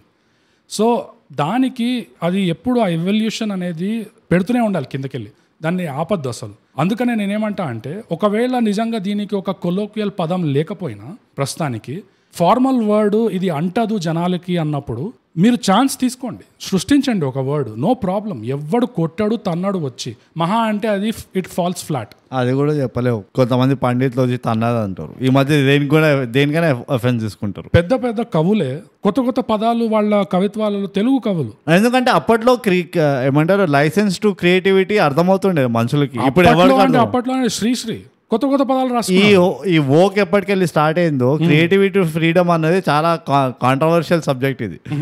Licence, creativity licence ఎవరైతే వాడతారో it's been frowned upon, fingers are pointed. అందుకని అందరూ వెనుకబడుతున్నారు, అంత ఓపెన్ గా రావట్లేదు ఆ క్రియేటివిటీ ఆస్పెక్ట్ లో. ఓకే, ఇలస్ట్రేషన్స్ ఎక్కడ పోయినాయి ఇప్పుడు? ఎంతమంది చేస్తున్నారు? ఆర్కే నారాయణ లాంటి ఇలస్ట్రేషన్స్. మనం ఒక ఎవరినో ఇట్లానే 10 ఏళ్ల వెనకాలో 5 ఏళ్ల వెనకాలో somebody made one illustration early time of this government. ఒక ఇలస్ట్రేటర్ ని చంపేసిండు వాళ్ళు బెంగళూరులో. అది వేరే దీనికి. అదే, బట్ ఈ క్రియేటివిటీ ఆఫ్ ఫ్రీడమ్ ఇప్పుడు ఎవడో భక్తి వచ్చిండు అనుకో, తెలుగు భక్తు ఎవడైనా నేను క్రియేటివ్ అవుతాను, కొత్త వర్డ్స్ సృష్టిస్తా అన్నాడు అనుకో, పోయి ఒళ్ళు మండి నువ్వు మా కల్చర్ని ఎట్లా, నువ్వు మా దీన్ని భాషను ఎట్లా మార్చగలవు అది ఇది అంటే, ఆ భాషని మార్చట్లేదు, ఆ భాషలో లేదు పదం దానికి. అది వాడికి అర్థం కావాలి కదా. రియాలిటీ ఏంటంటే వాడికి నచ్చకపోతే you are doing something wrong. No, అది ఎంతో కొంత ఒక వంత దానివల్ల అయి ఉండొచ్చు. నాకేమనిపిస్తుంది అంటే ఎక్కువ దేనివల్ల అవుతుంది ఇది కాకుండా పోతుంది అంటే, it is a thankless job. నువ్వు దాంట్లో పెట్టాల్సిన ఎఫర్ట్ ఎంతైతే పెడతావో ఒక కొత్త పదాన్ని సృష్టించడానికి, నీకు దానికి వచ్చే రిటర్న్ ROI నీకు ఏమీ రాదు. ఓకే, ఇది యాక్చువల్లీ చాలా డైగ్రెస్ అవుతున్నాం మనం. కానీ last final point just answer చేద్దామని నోటి వరకు ఉంది కాబట్టి చెప్తున్నా. A lot of creative job is a thankless job. ఇప్పుడు నువ్వు మూవీ కథలు రాస్తున్నావు అనుకో, it is a thankless job. అసలు రాసినోడు పేరు పడుతుంది అనుకుంటున్నావా? No. So everything is a thankless job and you are okay to do it ఎప్పుడైతే నాకు ప్యాషన్ ఉన్నదో. అది నా ప్యాషన్ ఉన్నది ఇందులో, సో నాకు థ్యాంక్ యూ, ఐఎమ్ గ్రేట్ఫుల్ అని ఎవరు మేలు రాకపోయినా కానీ నేను చేస్తూనే ఉంటా అంటాడు. నా విన్నపం ఏంటంటే అలాంటి రైటర్స్తోనే నా విన్నపం, అట్లీస్ట్ మీరైనా కొంచెం ఆడుకోండి, కొంచెం ఆటలోకి రండి. వాళ్ళకు కాదు నువ్వు చెప్పాల్సింది, who are the gate keepers. అలాంటి రైటర్లు ఎట్లాగో రాస్తున్నారు, లేదు వాళ్ళని పదాలు సృష్టిస్తున్నారా అంటే లేదు, మనకు రావట్లే కదా, ఎందుకంటే ఎవడో ఆపుతున్నాడు వాళ్ళని. అరే రైట్, సో ఆపేటోళ్ళని చెప్పాలి మనం, అరే ఆపకండి రాబాయ్ ఒకళ్ళిద్దరైనా వద్దు గేట్కి వెళ్ళి అని. కానీ ఒకదానికి నువ్వు సరైన పేరు పెట్టావు అనుకో, అది ఎట్లా అంటుకుంటుంది అంటే జిడ్డులాగా, అది పోదు. ఎంత రాసినా ఎంత బరికినా. ఇప్పుడు ఎవడో మన షికాగో డౌన్ టౌన్ లో ఎవరో థై గ్యాప్ అంటే వాడు ఖుషి అయిపోతుండ్రు, అంటుకుంటుంది అంతే అంతే. అట్లా that's the nature of language. So thanks కి ఒక కన్వీనియంట్ ఇన్ఫార్మల్ తెలుగు పదమే తీసుకొస్తే, అది అంటేలా తీసుకొస్తే, నేను చెప్తున్నా కదా నీకు ఎక్కువ రోజులు బతకదు థ్యాంక్స్ మన వొకాబులరీలో. మనం ఇమ్మీడియట్ గా వచ్చేస్తాం. శుక్రియా ఉంది కదా, సో వాట్, అది మతకుల భేదం చేయక బోగస్, భేదం కాదు, ఏ భాషది ఆ భాష. లాంగ్వేజ్ లో మతకుల భేదం చేయక. శుక్రియా ఎంత ముద్దుగా ఉంటుంది. అరే శుక్రియా మీ అనగానే అందరు నవ్వు ఫుల్ ఖుషి అయిపోతారు అంత. నువ్వు మాట్లాడుకో ఉర్దూలో, అట్లా ప్రాబ్లం ఏం లేదు. కాకపోతే తెలుగుకు ఉండాలి, ఒక తెలుగు పదమే ఉండాలి. కిచడి కలపద్దు ఎప్పుడు, అది నా ఉద్దేశం. గ్లోబలైజేషన్ అవ్వదు అప్పుడు, నో అవ్వకూడదు. సో గైస్ అది గామి వల్ల ఒక పెద్ద నెగిటివ్ ఏంటంటే ఇట్లా అక్కర్లేని ఫీలింగ్స్ తీసుకొచ్చి తీసుకొచ్చి ఎంత చిన్నగా చెప్పి పోదామంటే సాగా తీసి సావ కొడుతూనే ఉంటావు నువ్వు. ముందే చెప్పా అదే పోదాం రా, పాయింట్ బై పాయింట్ పోదాము, చాలా ఉన్నాయి అంటే ఆహా శుక్రియా బోగస్, శుక్రియా బాత్ శుక్రియా. యా సో ఈ భాష దగ్గర ఇక్కడ ఇష్యూస్ కనిపించాయి ఈ ల్యాబ్ లో వీళ్ళు మాట్లాడుకునే దగ్గర. ఇంకోటి ఏంటంటే అఘోరీలు కూడా వాళ్ళ మాటలు కూడా వాళ్ళ బిహేవియర్ కూడా అఘోరీ లాగా లేరు అసలు. లేరు అఘోరీలు అసలు ఇవన్నీ పట్టించుకుంటారా ఈ చిన్న చిత్క విషయాలు అనేది డౌట్ వస్తుంది నాకు. ఎందుకంటే వాళ్ళు ఒక గేటెడ్ కమ్యూనిటీలో ఎట్లయితే అందరూ కలిసి వచ్చి కొట్టుకుంటారు చిన్న చిత్క విషయాల మీద అట్లా ఉండే అది అఘోరీ గేటెడ్ కమ్యూనిటీ లాగా ఉండే అది. It was not like Aghori. And అది ఎందుకు అంటే ఆ భాష వల్ల. ఎప్పుడైతే అరే శంకర్ నీ వల్లనే మాకు ఇట్లా అవుతుందిరా వెళ్ళిపోరా అని, నాకు I can not imagine and Aghori ఎవడి మీద వచ్చి అట్లా ఏడవడం. ఒక అఘోరీకి అట్లా ఎవరికైనా నచ్చలేదు అంటే వాడు ఫస్ట్ చెక్కేస్తాడు ఆడికెళ్ళి. నా ఉద్దేశంలో అఘోరీలు ఏంటంటే చాలా హై ఏజెన్సీ పీపుల్ వీళ్ళు. ఎందుకంటే వాళ్ళ ఫిలాసఫీ ఏదైతే ఉందో అది హై ఏజెన్సీ ఫిలాసఫీ. అది అట్లాంటి వాడు వచ్చి పక్కనోడి మీద మొత్తుకోడు. ఎట్లా హై ఏజెన్సీ వాళ్ళకు కూడా ఎవ్రీ సండే సొసైటీ మీటింగ్ అదే కదా వచ్చింది ఉంటాయేమో. నీకేం తెలుసు, నువ్వు ఎప్పుడైనా ఉన్నారా హై ఏజెన్సీ వాళ్ళతోటి తిరిగినావా నువ్వు? నేనంటే నేను డబుల్ ఏజెన్సీ ఉండి డబుల్ ఏజెంట్ నేను. సో అది మాకు కూడా ఉంటాయి ఎవ్రీ సండే సొసైటీ మీటింగ్స్. అస్సలు సెట్ కాలేదు అది. జంగల్ ఇట్లా మర్రి చెట్టు దగ్గరికి వస్తే, 4th మర్రి చెట్టు దగ్గరికి వస్తే అందరం కలుస్తాము ఇట్లా. సెట్ కానందు వల్ల కారణం ఏమై ఉంటుంది అంటే జనరల్ గా రివ్యూ చేస్తే జనాలు యాక్టింగ్ బాగాలేకుండే ఆ సీన్ లో అనొచ్చు, లేకపోతే డైలాగ్ సరిగా రాయలేదు అనొచ్చు. కానీ ఇది భాష దగ్గరికి వస్తుంది. ఒకవేళ భాష లేనప్పుడు అఘోరులు పెద్దగా మనం ఏమన్నా అఘోరులు వచ్చి పారాయణం చెప్తున్నారు ఎవరికో, లేకపోతే గాయత్రి మంత్రం లేకపోతే పుస్తకాలు రాస్తున్నారు. మన ఇమేజ్ లో అఘోరులు అంటే ఏంటి? అసలు మాట్లాడు. అఘోరీలు అంటే సింపుల్ మన దగ్గర యాక్చువల్లీ డైలాగ్ ఇచ్చి కొంచెం రెస్పెక్ట్ ఇచ్చింది అఘోరీలకి. లేకపోతే నార్మల్ మూవీ అయితే అనుకుంటే అరుచుకుంటూ ఉంటారు వాళ్ళలో వాళ్ళు. ఎక్కువ గ్రంటింగ్ సౌండ్ చేస్తారు అనుకుంటూ. వొకాబులరీ ఎక్కువ ఉండదు, వాళ్ళు పట్టించుకోరు అసలు అంత మాట్లాడేది. అంత టైం వేస్ట్ ఎనర్జీ వేస్ట్ చేయరు వాళ్ళు. ఫస్ట్ ఆఫ్ ఆల్ అంత అటెంటివ్ అండ్ యాక్టివ్ ఉండరు అనిపిస్తుంది అసలు. అఘోరీలు మంచిగా గడ్డి పట్టుకుంటే హేగా నిఘా అంతే. బట్ గామి మేకర్స్ మీరు కనుక ఇది వింటున్నా అంటే వీడు కొంచెం రాసి చెప్పండి బోగస్కి, మీ భాష పైన ఎందుకు అంత ఫోకస్ చేయలే, వీడు బాధపడుతుంది చాలా. నేను చెప్పాను కదా ముందే, ఇది వాడు ఒక అర్ధగంట స్పీచ్ ఇచ్చిండు నాకు ఇప్పటి వరకు. ఇదిగో మళ్ళీ కుక్క తోక వంకర అంటే నేను ముందే చెప్పాను నీకు, ఇది గామి ఫిల్మ్ మేకర్స్ మీద వేలు చూపించినట్టు కాదు, ఇది మన అందరికి ఉన్న ప్రాబ్లం. దీన్ని ఓవర్కమ్ చేయాలి మనం. ఆ టైగా పెన్స్ మీరు రాసి చెప్పండి పోనీ ఎట్లా ఓవర్కమ్ ఐడియాస్ రాయండి మంచిగా. ఇది ధన్యవాదము శుక్రియాకి ఇంకా షార్ట్ ఫామ్ ఏం రాయగలం అసలు? థ్యాంక్స్ కి ఉట్టి ఒక థ్యాంక్స్ కి వర్డ్ కనిపెట్టాను అబ్బా. వీడు చంపేస్తున్నాడు థ్యాంక్స్ ఉన్నది అందరు థ్యాంక్స్ అంటున్నావు థ్యాంక్స్. నా వినపం ఏంటంటే 3 పదాలు, thanks, sorry, I love you, please కూడా ఈ 3 కృపయా ధ్యాన్ దే. ఈ 3తో మొదలెడదాం ఫస్ట్ ఆఫ్ ఆల్. దీనికి 30 years పడుతుంది పట్టని, కానీ అట్లీస్ట్ స్టార్ట్ అవ్వాలి. మరి కృపయా ధ్యాన్ దే అదే వద్దా? కృపయా వద్దా నీకు? కృపయా ఎందుకే ప్లీజ్. నో తెలుగులో వాడుకుందాం క్రిప్. నో అది చాలా ఫార్మల్ సౌండింగ్. అది క్రిప్ కొంచెం నీళ్ళు ఇస్తావా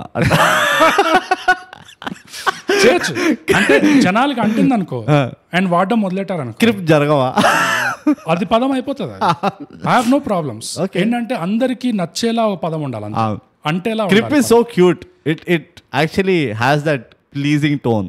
క్రిప్ కమ్ ఆన్. అది తిట్టినట్టు ఉంది కొంచెం. క్రిప్ కొంచెం కుర్చీ ఇస్తావా? ఎనీవేస్ నువ్వు మళ్ళీ డైగ్రెస్ అవుతావు, నేను లాక్కొస్తా వెనక్కి. బోగస్ క్రిప్ లే.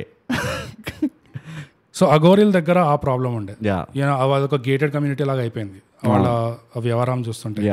అండ్ అది ఏమవుతుందంటే ఈ సినిమాలో ఎస్పెషల్లీ ఇలాంటి సినిమాల్లో ఎంతైతే ఇమోషన్ ఉండాలో, మనం ఎంతైతే దాంట్లో మునగాలో, ఇలాంటి వాటి వల్ల కొంచెం బయటకు వస్తూనే ఉంటాం, మనం తంతూనే ఉంటుంది బయటికి మనం. లక్కీలీ ఏంటంటే ఎక్కువ లేకుండే నా ప్రకారం. Okay, it was only starting లో అనిపించింది నాకు కూడా ఆ గోరి ఆ గుంపు గోవింద అదంతా. ఇట్ వాజ్ మోర్ లైక్ నువ్వు గేటెడ్ కమ్యూనిటీ అంటారు, నాకు అయితే ఈ థీమ్డ్ ఫారెస్ట్ క్యాంప్స్ ఉంటాయి చూడు, నాకు అట్లా అనిపించింది. అది అందరు ఇట్లా వేసుకొని బ్లాక్ వేసుకొని కూర్చున్నారు మంచిగా. బట్ బట్ ఈ యుఎస్ లో కెనడాలో చేస్తారంట థీమ్డ్ ఫారెస్ట్ క్యాంప్స్ చేస్తుంటారంట. ఆయన ఏం పిచ్చో తెలియదు కానీ. బట్ ఆఫ్టర్ ఆ ఫేజ్ అయిపోయిన తర్వాత ఇట్ వాస్ ప్రిటీ క్లీన్ మొత్తం. ఐ వాజ్ ఎన్గ్రాస్డ్ ఇన్ ఆ మూవీలో. మంచి గుంజిందని లోపలికి, except for the first 5-10 minutes of establishment. Okay, నాకు స్టార్టింగ్లో గ్రిప్పింగ్గానే ఉండే. సగం స్టేజ్కి అండ్ సగంకి కొంచెం 10 నిమిషాలు యాడ్ చేసుకో. ఆ స్టేజ్కి నాకు బోర్ కొట్టడము, నిద్ర రావడము మొదలైంది. కొంచెం టెంపరేచర్ కూడా వచ్చిందా? ఇది ఒక ఇష్యూ ఉండే. మరీ స్లో అయిపోయింది అంటావా? స్లో అయింది కొంచెం బాగా. అండ్ ఒకటేంటంటే మొనాటనస్గా ఎక్కడైంది అంటే దరిద్రం దరిద్రం దరిద్రం, బాధ బాధ బాధ. యూనో ఈ కథ నుంచి ఈ కథకి వెళ్తే ఇక్కడ ఇంకో దరిద్రం, పోనీ ఇక్కడ నుంచి ఇంకో కథకి వెళ్తే అక్కడ ఇంకో దరిద్రం, ఇంకోటి వాడు ఫుల్ తెలివివాడి ఇంకా దరిద్రంలోకి వెళ్తాడు. అదే which was that I agree. కొంచెం అసలు ఇంత కూడా వాడికి రెస్పెక్ట్ లేకుండా క్యారెక్టర్ కి. But I thought that was the nature of that story. That వీడికి you know he has to go through that grind. వాడు అంటాడు కదా like the night is darkest before the dawn అని. నాకు అదే అనిపించింది. కానీ నాకు ఎందుకు అది ఓకే అనిపించింది తెలుసా? It was happening with 3 different characters per se.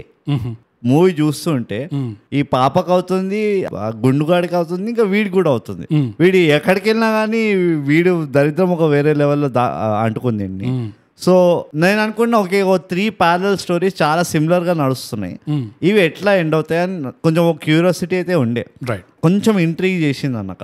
And that is why నాకు I don't mind the speed. ఎక్కడ నాకు ఇక ఇది అనిపించింది అంటే వీడికి అంతా తెలిసిపోతుంది చూడు. అవును, వీడికి తెలిసిపోయిన తర్వాత సింహంని తీసుకొచ్చి వీడు సాగదీసిండు చూడు దాన్ని. వీడు కొండ మళ్ళీ ఎక్కడం, మళ్ళీ వాడడం, ఇదంతా దాట్ వాజ్ నాకు కొంచెం అరే జస్ట్ బికాస్ ఒక సీజీ వాడు ఉన్నాడు, వీడికి ఇంకా 2 months ఉంది కాంట్రాక్ట్ లో కాబట్టి చేయించారు అన్నట్టు ఉండేది. బట్ అదర్వైజ్ వాడు ఒక్కసారి ఆ రియలైజేషన్ వచ్చేసిన తర్వాత then it should have been like చక్ చక్ చక్కని వెళ్ళిపోవాల్సి ఉండే. బట్ అప్పుడు కూడా ఇంకా డ్రాగ్ చేస్తూనే ఉండే. నాకు యాక్చువల్గా సింహంతో ప్రాబ్లం లేకుండే. నాకు దేంతో ప్రాబ్లం ఉండే అంటే మొత్తం నిజమంతా వాడు గుర్తు తెచ్చుకున్న తర్వాత ఏదైతే రియాక్షన్ ఇస్తాడో జస్టిస్ చేయలేదు. ఐ థింక్ జస్టిస్ చేయలేదు. ఇమాజిన్ ద డౌన్లోడ్ ఒకటే షార్ట్ కి నీకు ఉమా నుంచి తర్వాత ఈ 333 పేషెంట్ క్యాండిడేట్ వాట్ ఎవర్, అక్కడ నుంచి మళ్ళీ వీడు స్పర్శ ప్రాబ్లం, అక్కడ నుంచి ఇదంతా ఒకటేసారి నీకు తన్నుకుంటూ వచ్చింది అనుకో ఈ గుర్తులన్నీ. దానికి వాడు ఏదైతే రియాక్షన్ ఇచ్చాడో ఆ స్పాట్ లో, it did not do justice at all. That it was not enough. Again, see, this was actually in the negative it's a negative, which was they didn't know how to end it అనిపించింది. They wanted to send the audience happy, you know. And వాడు finally గుచ్చుకుంటాడా? వీడికి ఇదంతా తెలిసిన తర్వాత గుచ్చుకున్న తర్వాత కూడా వాడు లేచి వాడు వెళ్తాడు చూడ ఆ మష్రూమ్స్ వెనకాల. అయ్యో అట్లా అంటే దట్ వాస్ ద ఎంత ప్లాట్ ఆర్మర్ ఉంది అందరికి. ఆ జాహ్నవికి కూడా వీడికి కూడా ఎంత కొండల మీద నుంచి గీరుకుంటూ రాసుకుంటూ ఎక్కడ పడినా, ఏ లోయలోకి పడినా just it never stop, still alive, I'm back baby. కానీ అదే అంటున్నా, see I'm okay to let go, even I'm okay to let, ఎందుకంటే కాన్సెప్ట్ అలాంటిది. కానీ ఎక్కడ నాకు ఇట్ డింట్ సిట్ వెల్ అంటే నాకు చూపించేసినావు పోయి అచ్చా వీళ్ళు ముగ్గురు ఒకటే, ఉమా, ఆ గుండుగాడు, ఈ శంకర్ గారు క్యాండిడేట్, వీడికి ఆ టచ్ మీ నాట్ జబ్బు ఎట్లా వచ్చిందో కూడా చూపించేసినావు. నువ్వు ఈ జాన్వి ఈ ఉమా పిల్ల వీడితోటి ఏం కనెక్షన్ కూడా చూపించేసినావు. అంత అయిపోయింది, నాకు మొత్తం పిక్చర్ క్లారిటీ వచ్చేసింది. నువ్వు వాడిని చంపేసుకున్నట్టు చూపించినావు. అక్కడ ఆపేసి ఉంటే నేను చాలా హ్యాపీ ఉంటుండే. ఎందుకంటే అలాంటి ఘోరంని భరించేది చాలా తక్కువ, అసలు ఉండదు ఎవరికైనా అంత హిస్టరీ ఉందనుకో వాళ్ళ లైఫ్లో, దెన్ వాడు డిప్రెషన్ కదా తాతల దగ్గరికి వెళ్తాడు వాడు, వాట్ ఎవర్. ఈ పాడ్కాస్ట్ నీతో స్టార్ట్ చేసిన చూడు, అది నాకెంత లోడ్ ఉంటుంది అనుకుంటున్నావు అసలు నువ్వు. నేను ఎవ్రీడే నువ్వు ఎక్కడైతే ఫోన్ పెడతావో బోగస్, ఆ డ్రా తెరిచి చూస్తే 2 కత్తులు పెట్టి ఉంచుతా, ఎప్పుడు అక్కడ పొడుచుకోవడం. కానీ opportunity knocks your door and you're complaining of noise. ఇట్లుంటది మన కథ. కానీ ఆ పాయింట్ నేను మళ్ళీ బ్యాక్ టు గామి, వాడు ఒక్కసారి పొడిచేసుకున్న తర్వాత మంచిగా చేసినాం, చాలా సంతోషం, నాకు యాక్సెప్ట్ చేసిన నేను మూవీ. కానీ మళ్ళీ వాడిని లేపి కొండ దుంకిపిచ్చి తాడు వేయించి ఇవన్నీ సర్కస్ ఏదైతే చేయించావో శంకర్ తోటి అది అనవసరం అనిపించింది. అండ్ మళ్ళీ it was catering to Telugu audience అనిపించింది నాకు. యూనో అక్కడ పాయింట్ ఏంటంటే ఇంత జరిగిన తర్వాత ఇంత కష్టం అంతా దాటుకొని వచ్చిన తర్వాత పొడుచుకున్న తర్వాత ఒక పులి వచ్చి పోయింది, దాని తర్వాత కూడా అది కూడా వాసన చూసింది. వాడికి ఆ మష్రూమ్ ఏదైతే ఉందో లాస్ట్ కి ఈజీగా తేలిగ్గా దొరకాల్సి ఉండే అక్కడ ముందే. మళ్ళీ జంప్ చేయించి మళ్ళీ you know it's the end of the journey. వాడు దాటాల్సిందంతా దాటొచ్చాడు. ఇప్పుడు ప్రైజ్ వాడికి అవార్డ్ అనేది వాడికి దక్కాలి అట్లా ఈజీగా. అంటే ఆ పులి వాడిని బొక్కలో తోసింది ఎందుకంటే దాని అవతల అక్కడ మష్రూమ్ ఉంది కాబట్టి అంత ఈజీగా ఉండాలి. కానీ మళ్ళీ ఎగిరిపించడం ఐ అగ్రీ విత్. ఇంకోటి నేను ఇంకా ఒక నెక్స్ట్ లెవెల్ చెప్పాలా, ఇది యాక్చువల్లీ మన దీంట్లో ఉంటది విచర్ 2లో. ఆ పిల్లర్ రత్తం ఎక్కడెక్కడ వాడితే అక్కడ ఏదో మొలకలు వస్తాయి చూడు, which is like used to make witchers. Right right right గుర్తుందా? ఒక ఏదో ఫ్లవర్ ఏదో వస్తుంది. అట్లనే ఇందులో కూడా వీడు రత్తం పడినప్పుడు అక్కడి నుంచి ఆ మష్రూమ్ వస్తుంది అనుకున్నాను. You know it was very far thinking. కానీ ఎట్లయితే వాళ్ళు చూపించారో ఆ రథం పడ్డాము, నాకు ఫస్ట్ థింగ్ ఆ విచర్ సెకండ్ సీజన్ గుర్తొచ్చింది. అరే వీడిలో ఇంత ఎందుకంటే అందరు అంటున్నారు కదా ఈ పిల్లాడు చాలా స్పెషల్, వీడు చాలా స్పెషల్ అని అనుకున్నా. ఏమో వీడే స్పెషల్ ఉంటాడేమో, వీడు ఇదంతా వాడి his boy to a man kind of transition ఇది. సో వీడికి అంతా క్లియర్ అయిపోయింది ఇప్పుడు కర్మాలన్నీ. ఇప్పుడు వీడు చంపేసుకుండు కదా, కానీ వీడు చావాడు ఎందుకంటే హీ స్పెషల్ అని అట్లా ఆ యాంగిల్ వచ్చిన. But that didn't happen. వాడు మళ్ళీ కొండ దొంగిపించిండు దానితోటి. నా ఇంటర్ప్రిటేషన్ ఏముండే అంటే ఆ పులి ఏదైతే వచ్చిందో ఆ సింహము అది బాబా అవతారమో ఏదో అట్లా వీడిని లాస్ట్ మైల్ కి పుష్ చేయడానికి. వీడు అక్కడ కూడా అంతవరకు వచ్చి భయపడుతున్నాడు కదా. సో సరే ఇంకా వీడిని ఎట్లా అట్లా పుష్ చేద్దాం అని చెప్పి ఆ సింహం లాగా వచ్చిన. That is also good interpretation. ఎందుకంటే last thing is they show him is the baba కదా. So ya even that could have been a possibility. Right. But they did like they ruined it అనిపించింది. యా అంటే అంతా కూడా ruin చేసినట్టు అనిపించలేదు. But it's again negative. అది అంటే అదే నువ్వు ఇప్పుడు ఏవైతే నువ్వు డిస్కౌంట్ చేస్తున్నావో త్రూ ద మూవీ అవన్నీ నీకు దే రీఅపియర్ ఇప్పుడు. అండ్ అగైన్ చెప్తున్నా కదా, మూవీ షుడ్ ఎండ్ వెల్. ఎప్పుడైతే మూవీ సరిగ్గా ఎండ్ కాదో ఓకే అన్ని తప్పులు గుర్తొస్తాయి. అరే ఇది ఎట్లా చేసిండు, వీడు ఇక్కడికి వెళ్ళి అక్కడ ఎంత ఫాస్ట్ ఎట్లా నడిచిండు, ఇది అది అంతా నీడు ఎట్లా పడ్డది, అది ఎట్లా పడ్డది అన్ని గుర్తొస్తాయి. If the movie ends well, ఒక ఆఫ్టర్ టేస్ట్ రాకపోతే then you will accept it for what it is. హనుమాన్లో ఇన్ఫాక్ట్ అదొక ఇది బిగ్గెస్ట్ ట్రిక్ వాడిన అది అనిపించింది. The way they ended it, even Baahubali first part, the way they ended it, there was no after taste. So ఆ చిన్న చిన్న తప్పులు ఈజీగా మాఫ్ చేసేసినాం మనం. అది ఇంటర్వెల్ బ్రేక్ అండ్ ఎండింగ్ చాలా ఇంపార్టెన్స్ ఇచ్చారు. అఖండాలో కూడా అంతే కదా. అవును. సో ఇక్కడ ఎండింగ్ లో నాకు మళ్ళీ ఒక డిస్కౌంట్ నెగటివ్ ఏం నచ్చలేదు. అంటే లిటరల్ గా జాహ్నవి ఓల్డ్ ఎప్పుడైతే తల పెడతాడో ఇట్లా చెయ్యి పెట్టి వేళ్లతో ఇట్లా జుట్టులో ఇట్లా అమ్మలాగా రాస్తుంది కదా, అది మరీ ఆన్ ద నోజ్ అనిపించింది. ఆన్ ద నోజ్ అంటే ఇంగ్లీష్ లో అంటారు, అది మరీ ముక్కు పైన. ఇంత స్పష్టమైన తెలుగులో మాట్లాడితేనే నాతో మాట్లాడ. తెలుగులో ఈ ఎక్స్ప్రెషన్ లేదు, ఉన్నది ముక్కు పైన రాసినట్టు. అది లిటరల్ ట్రాన్స్లేషన్ ముక్కు పైన దూరదా. ఎందుకంటే ఎవరి తలలో అయినా ఇట్లా వేళ్లు పెట్టి ఇట్లా రాయడం అనేది it's a very intimate gesture. అది మనం చాలా క్లోజ్ గా ఉన్న వాళ్ళు. వాడు రాయిపించుకోలేదా? వాడు చేయబట్టి రుద్దించుకుంటాడు కదా ఇట్లా మొహం అంతా. నో, అది దాని మొహం మీద ఇట్లా చేయబెడతాడు అంతే. దాని తర్వాత ఒళ్ళో పెట్టేస్తాడు. దాని చేతులు తీసుకొని మొహం పైన రుద్దుకుంటాడు. ఏం చేసినా గానీ నెత్తిలో అయితే రుద్దుబియ్యలేదు దాని వేళ్ళు తీసుకెళ్ళి. And also like come on, dread locked hair అది లో ఎట్లా రాస్తావు అదంతా జిడ్డుగా అయినా అదంతా పక్కన పెట్టు. బేసిక్ గా let's not comment on people's hygiene అంటావు. అంటే ఒక స్ట్రేంజర్స్ లాగా కలుసుకున్నా, నువ్వు వాళ్ళతో ఒక కష్టమైన ట్రిప్ లో పోయినా, మహా అంటే నీ ఇంటిమెసీ ఎక్కడ దాకా వెళ్తుంది అంటే ఒక హగ్ ఇస్తావు, ఏడుస్తావు, లేకపోతే కొన్ని నగలిస్తావు, లేదు కొన్ని గాఢమైన నిజాలు చెప్తావు, బయటకు వస్తాయి.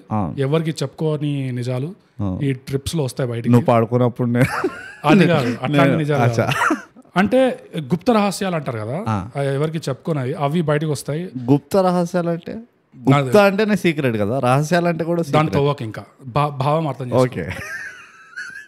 సో గుప్త రహస్యాలు అంటే వదిలేసే దాని తవ్వకన్నా వదిలేసే. సో ఈ ఇంటిమేసీ అనేది స్ట్రేంజర్స్ మధ్యలో ఇంతవరకు వస్తుంది కానీ నెత్తిలో వేళ్లు పెట్టి రాయడం అనేది ఇది అమ్మలు అమ్మమ్మలు ఇది చాలా అంత క్లోజ్ గా బ్లడ్ రిలేషన్ ఉంటే గానీ ఇది చేసేది కాదు. ఇది నువ్వు అక్కడ వరకు వెళ్ళావు, ఆ పిల్ల బతకడమే తప్పంట. అది బతికింది ఓకే, బతికి స్టైల్ గా కూర్చుని చూడు బస్సుకు వెయిట్ చేస్తున్నాడు, నాకు అది బర్దాష్ కాలేదు. సో అట్లాంటివి కొన్ని ఉన్నాయి ఆఫ్ కోర్స్, బట్ ఈ నెత్తిలో పెట్టి రాయడం అనేది it was little too far. జస్ట్ తల మీద చేయి పెట్టినా సరిపోతుంది, తల మీద చేయి పెట్టినా వాడు అమ్మని తెలుసుకున్నా ఆ లింక్ కి ఈ లింక్ సరిపోతుంది. ఇంకా వీపు కలిసి అదే ఫ్లాష్ బ్యాక్ లో వీపు కలిసి గిర్ర గిర్ర ఫ్లాష్ బ్యాక్ లో అమ్మ రాసింది కదా దానికి కనెక్ట్ చేయాలని చెప్పి ఇక్కడ దీంతో కూడా రాదు రుద్దుపిద్దాము అంటే అట్లా చేయకండి. ఈ జబ్బు వచ్చినప్పటి నుంచి గోక్కలేకపోయినా మధ్యలో దురద పడుతుంది. ప్లీజ్ ఎంత గట్టిగా ఉంటే గోకు రక్కి పడే ఇట్లా. బట్ యూనో అది కనెక్షన్ చేయాలి అంటే అక్కడ అమ్మ రుద్దింది కదా కాబట్టి దీంతో కూడా రుద్ది వేయాలని అట్లా అనుకోకండి. అంత లిటరల్ అంటే 1-to-1 ట్రాన్స్లేషన్ అవసరం లేదు. ఈ అమ్మాయి నెత్తి మీద చేయి పెట్టినా ఇట్లా బాధపడకూడదు అని పెట్టినా వాడు కనెక్ట్ చేసుకోవచ్చు ఆ అమ్మ రుద్దడంతో. సో అక్కడ వరకు వదిలేయాల్సి ఉండే యాక్చువల్గా. అలాంటి చిన్న చిన్నవి ఇందులో ఇంకా ఉన్నాయి.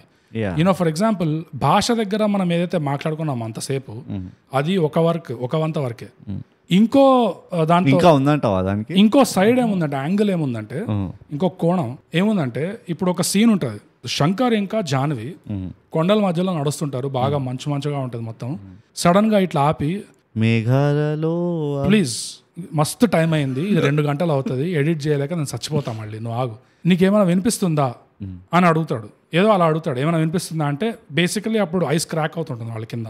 ఆ సీన్లో వాడు ఏమంటాడంటే ఆగు నీకేమైనా వినిపిస్తుందా అని వాడు ఎట్లయితే అంటాడో అది ఆ మాట తీరు, అది ఒక ఈ నగరానికి ఏమైందిలో ఫ్రెండ్స్ గోవాకి వెళ్ళిండ్రు అక్కడ వాడు ఇట్లా డైలాగ్ అన్నాడంటే కూడా సెట్ అవుతుంది నాకు. ఐటీ ఇండస్ట్రీలో ఛాయ్ తాగడానికి కిందకు వచ్చారు కొట్ట దగ్గర, అప్పుడు వాడు నీకేమైనా వినిపిస్తుందా అంటే కూడా నాకు సెట్ అవుతుంది. It can't be the same.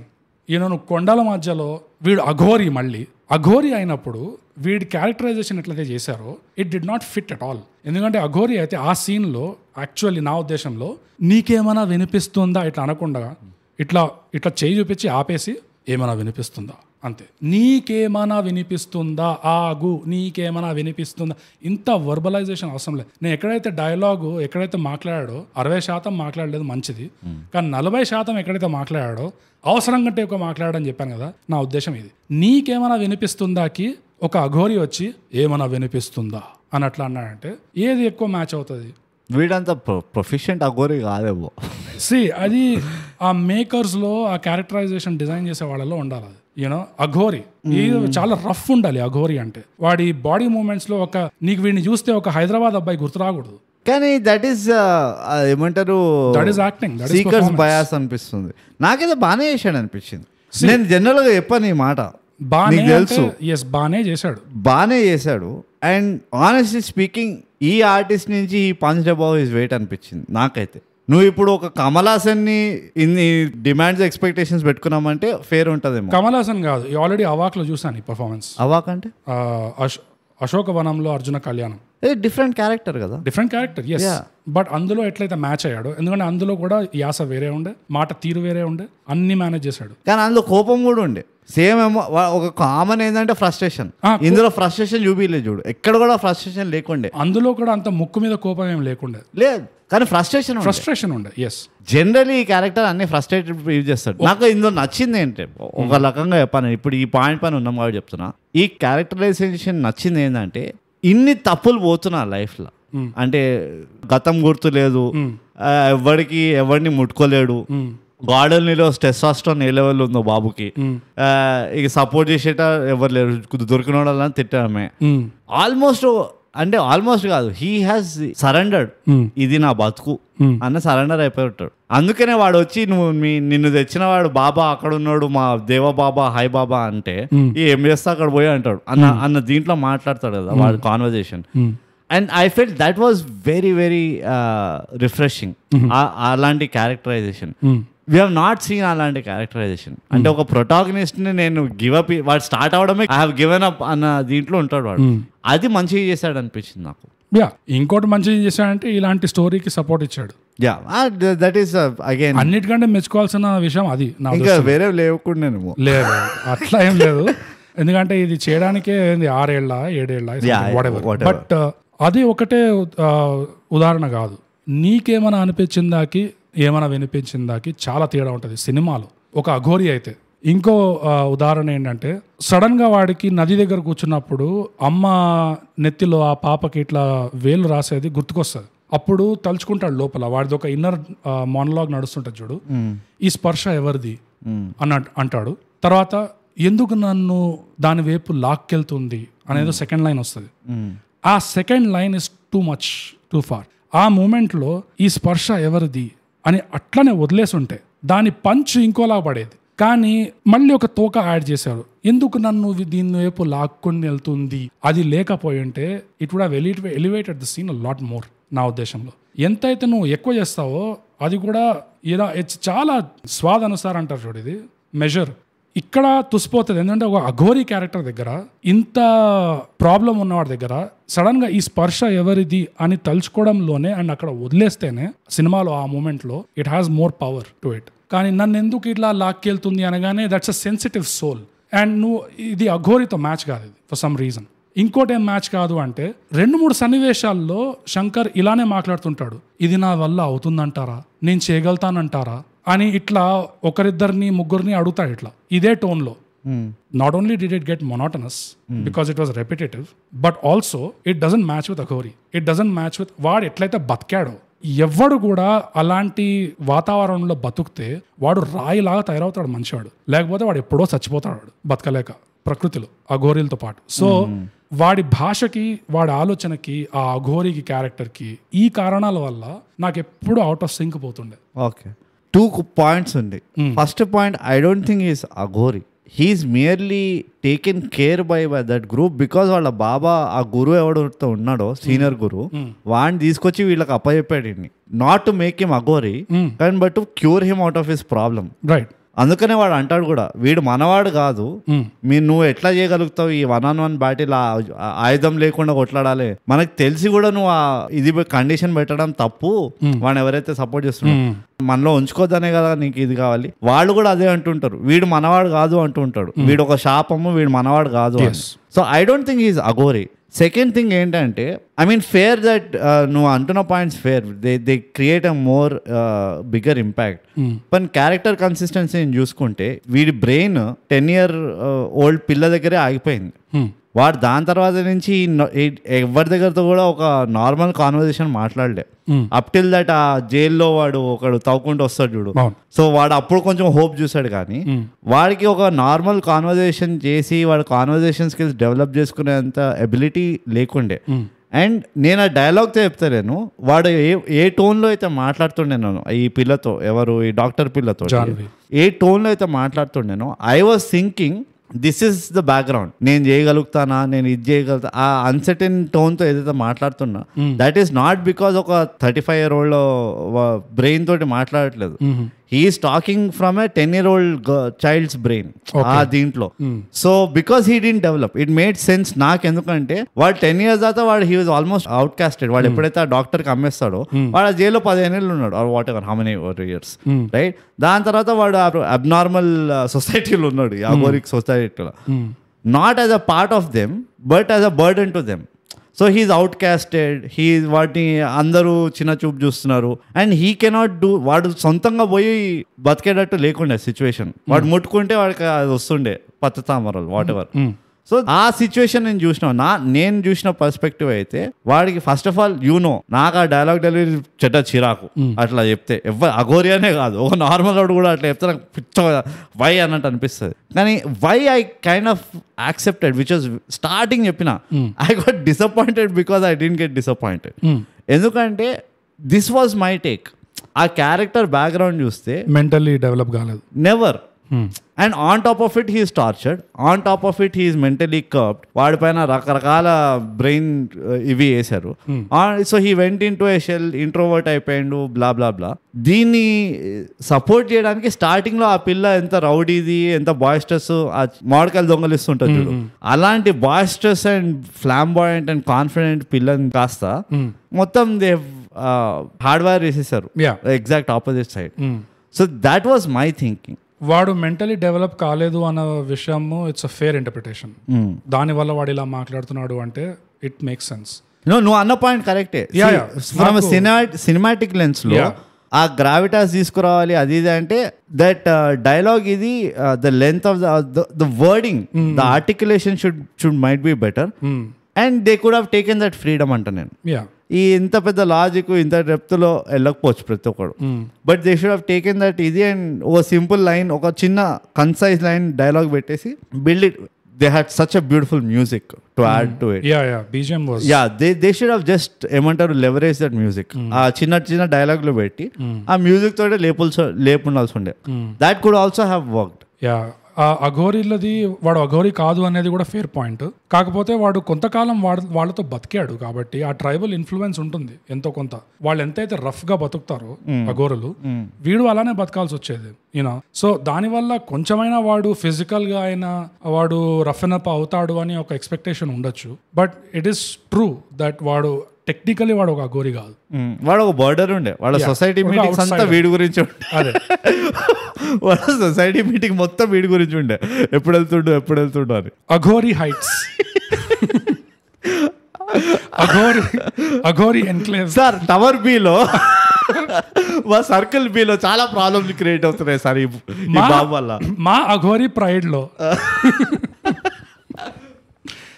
Water problem ఉంది వీడి వల్ల రోజు 3 సార్లు పోతాడు. Whose responsibility sir?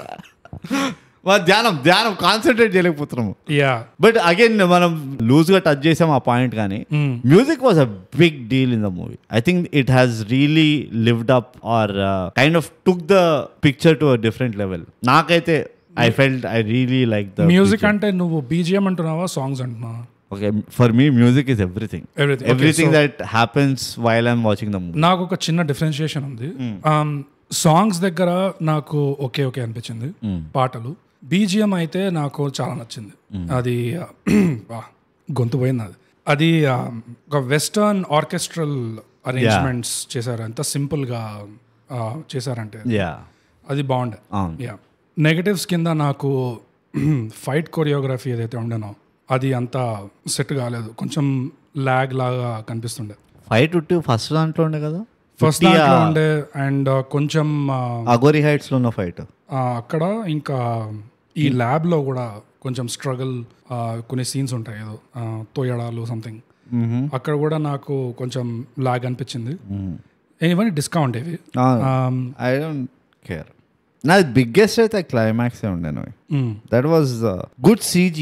Once again ఆ లయన్ని చాలా బాగా చూపించారు. It was pretty good. Especially ఆ రాకీ మౌంటైన్స్ పైన ఆ కాంట్రాస్ట్ లో ఆ లయన్ టోన్ అమేజింగ్ అనిపించింది. I agree. పాజిటివ్స్ కింద బ్రో, ఉమా వాళ్ళ అవ్వ, ఇంకా ఉమా వాళ్ళ అమ్మ, వీళ్ళు ముగ్గురు ఆ performance I thought was really good. చాలా బాగుండే. ఎస్పెషలీ ఆ అవ్వ మళ్ళీ ఆ పిల్లకి మొత్తం డౌన్లోడ్ ఇస్తాడు ఒకటే షాట్ లో. నీ అమ్మ పోబోతుంది, మీ అయ్య వదిలేసిపోయిండు, ఇట్లా దేవదాసి అయిందని చెప్పి, అండ్ ఈ దెబ్బతో తమ్ముడు పిచ్చోడైపోయి తిరుగుతున్నాడు ఎక్కడో అని చెప్పి. అసలు ఏం కదరా బాబు, అసలు నిజంగా లైక్ నో ట్రాజెడీ తోటి కూడి ఉన్న నీ హిస్టరీని మళ్ళీ చెప్తా చూడు. 10 years age, try to digest it. వాళ్ళు ఈ ముగ్గురు లేడీస్ పర్ఫార్మెన్స్ చాలా న్యాచురల్ గా అనిపించింది. I like even Janhvi performance.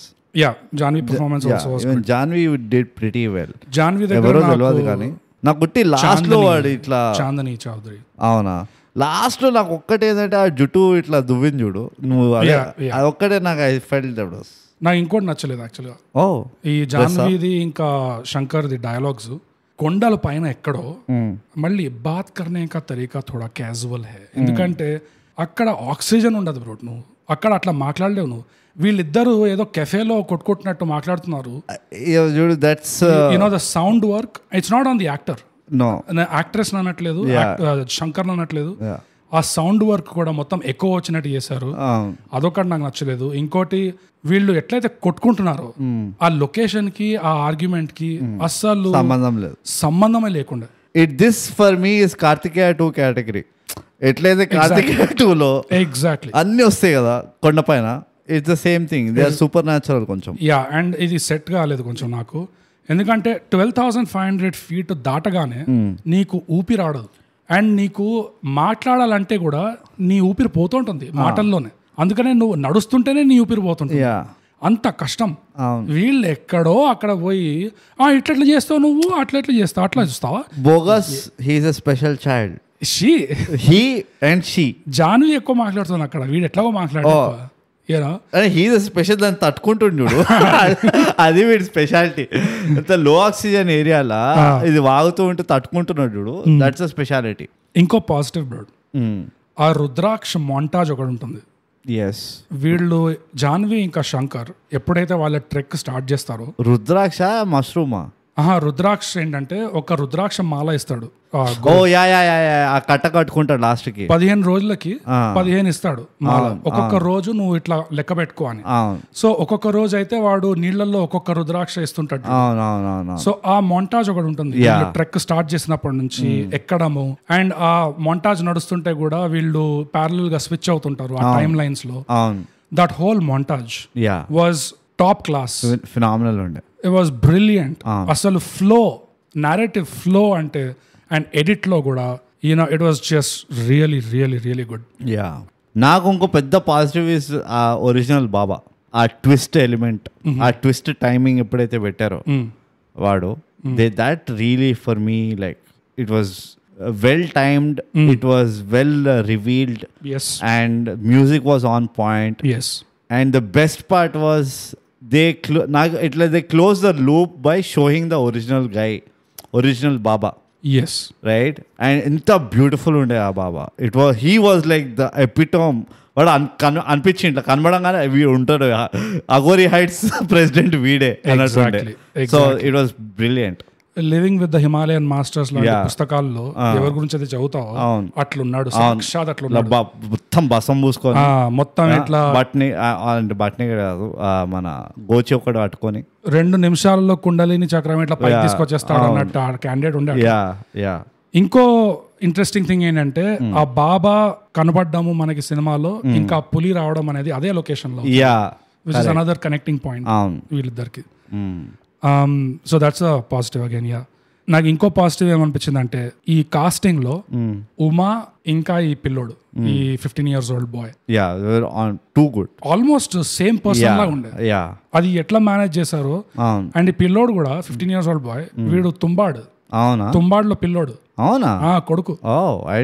I can't recognize him. మామూలుగా నేను కూడా రికగ్నైజ్ చేసేవాడిని కాదు, కానీ ఎక్కడో తగులుకుంది అట్లా ట్విట్టర్ లోనే. అప్పుడు నాకు ఫేస్ కొంచెం జాగ్రత్తగా చూస్తే అవును కదా వీడే అనుకున్నా. సో తుంబాడులో ఆ హీరో కొడుకు వీడు అన్ని ఇట్లా పాకడాలు కాదు, 8-year ప్రాజెక్ట్స్ 7-year ప్రాజెక్ట్స్ చేస్తాడు అనుకుంటా పిల్లాడు. అదొకటే కాకుండా లంబా రేస్ కా ఘోడా అంటారు, లంబీ రేస్ కి కూడా. సో 6-7 సినిమాలే కాకుండా ఏదో బొక్కల్లో పాకాలి అంటే మనోడు ఫస్ట్ ఇట్లా అరే బొక్క లేదా తవ్వుదాం కదా, నేను చేస్తా. ప్లాట్ లో బొక్క లేకపోతే ఎట్లా, నేను పాకాలి కదా.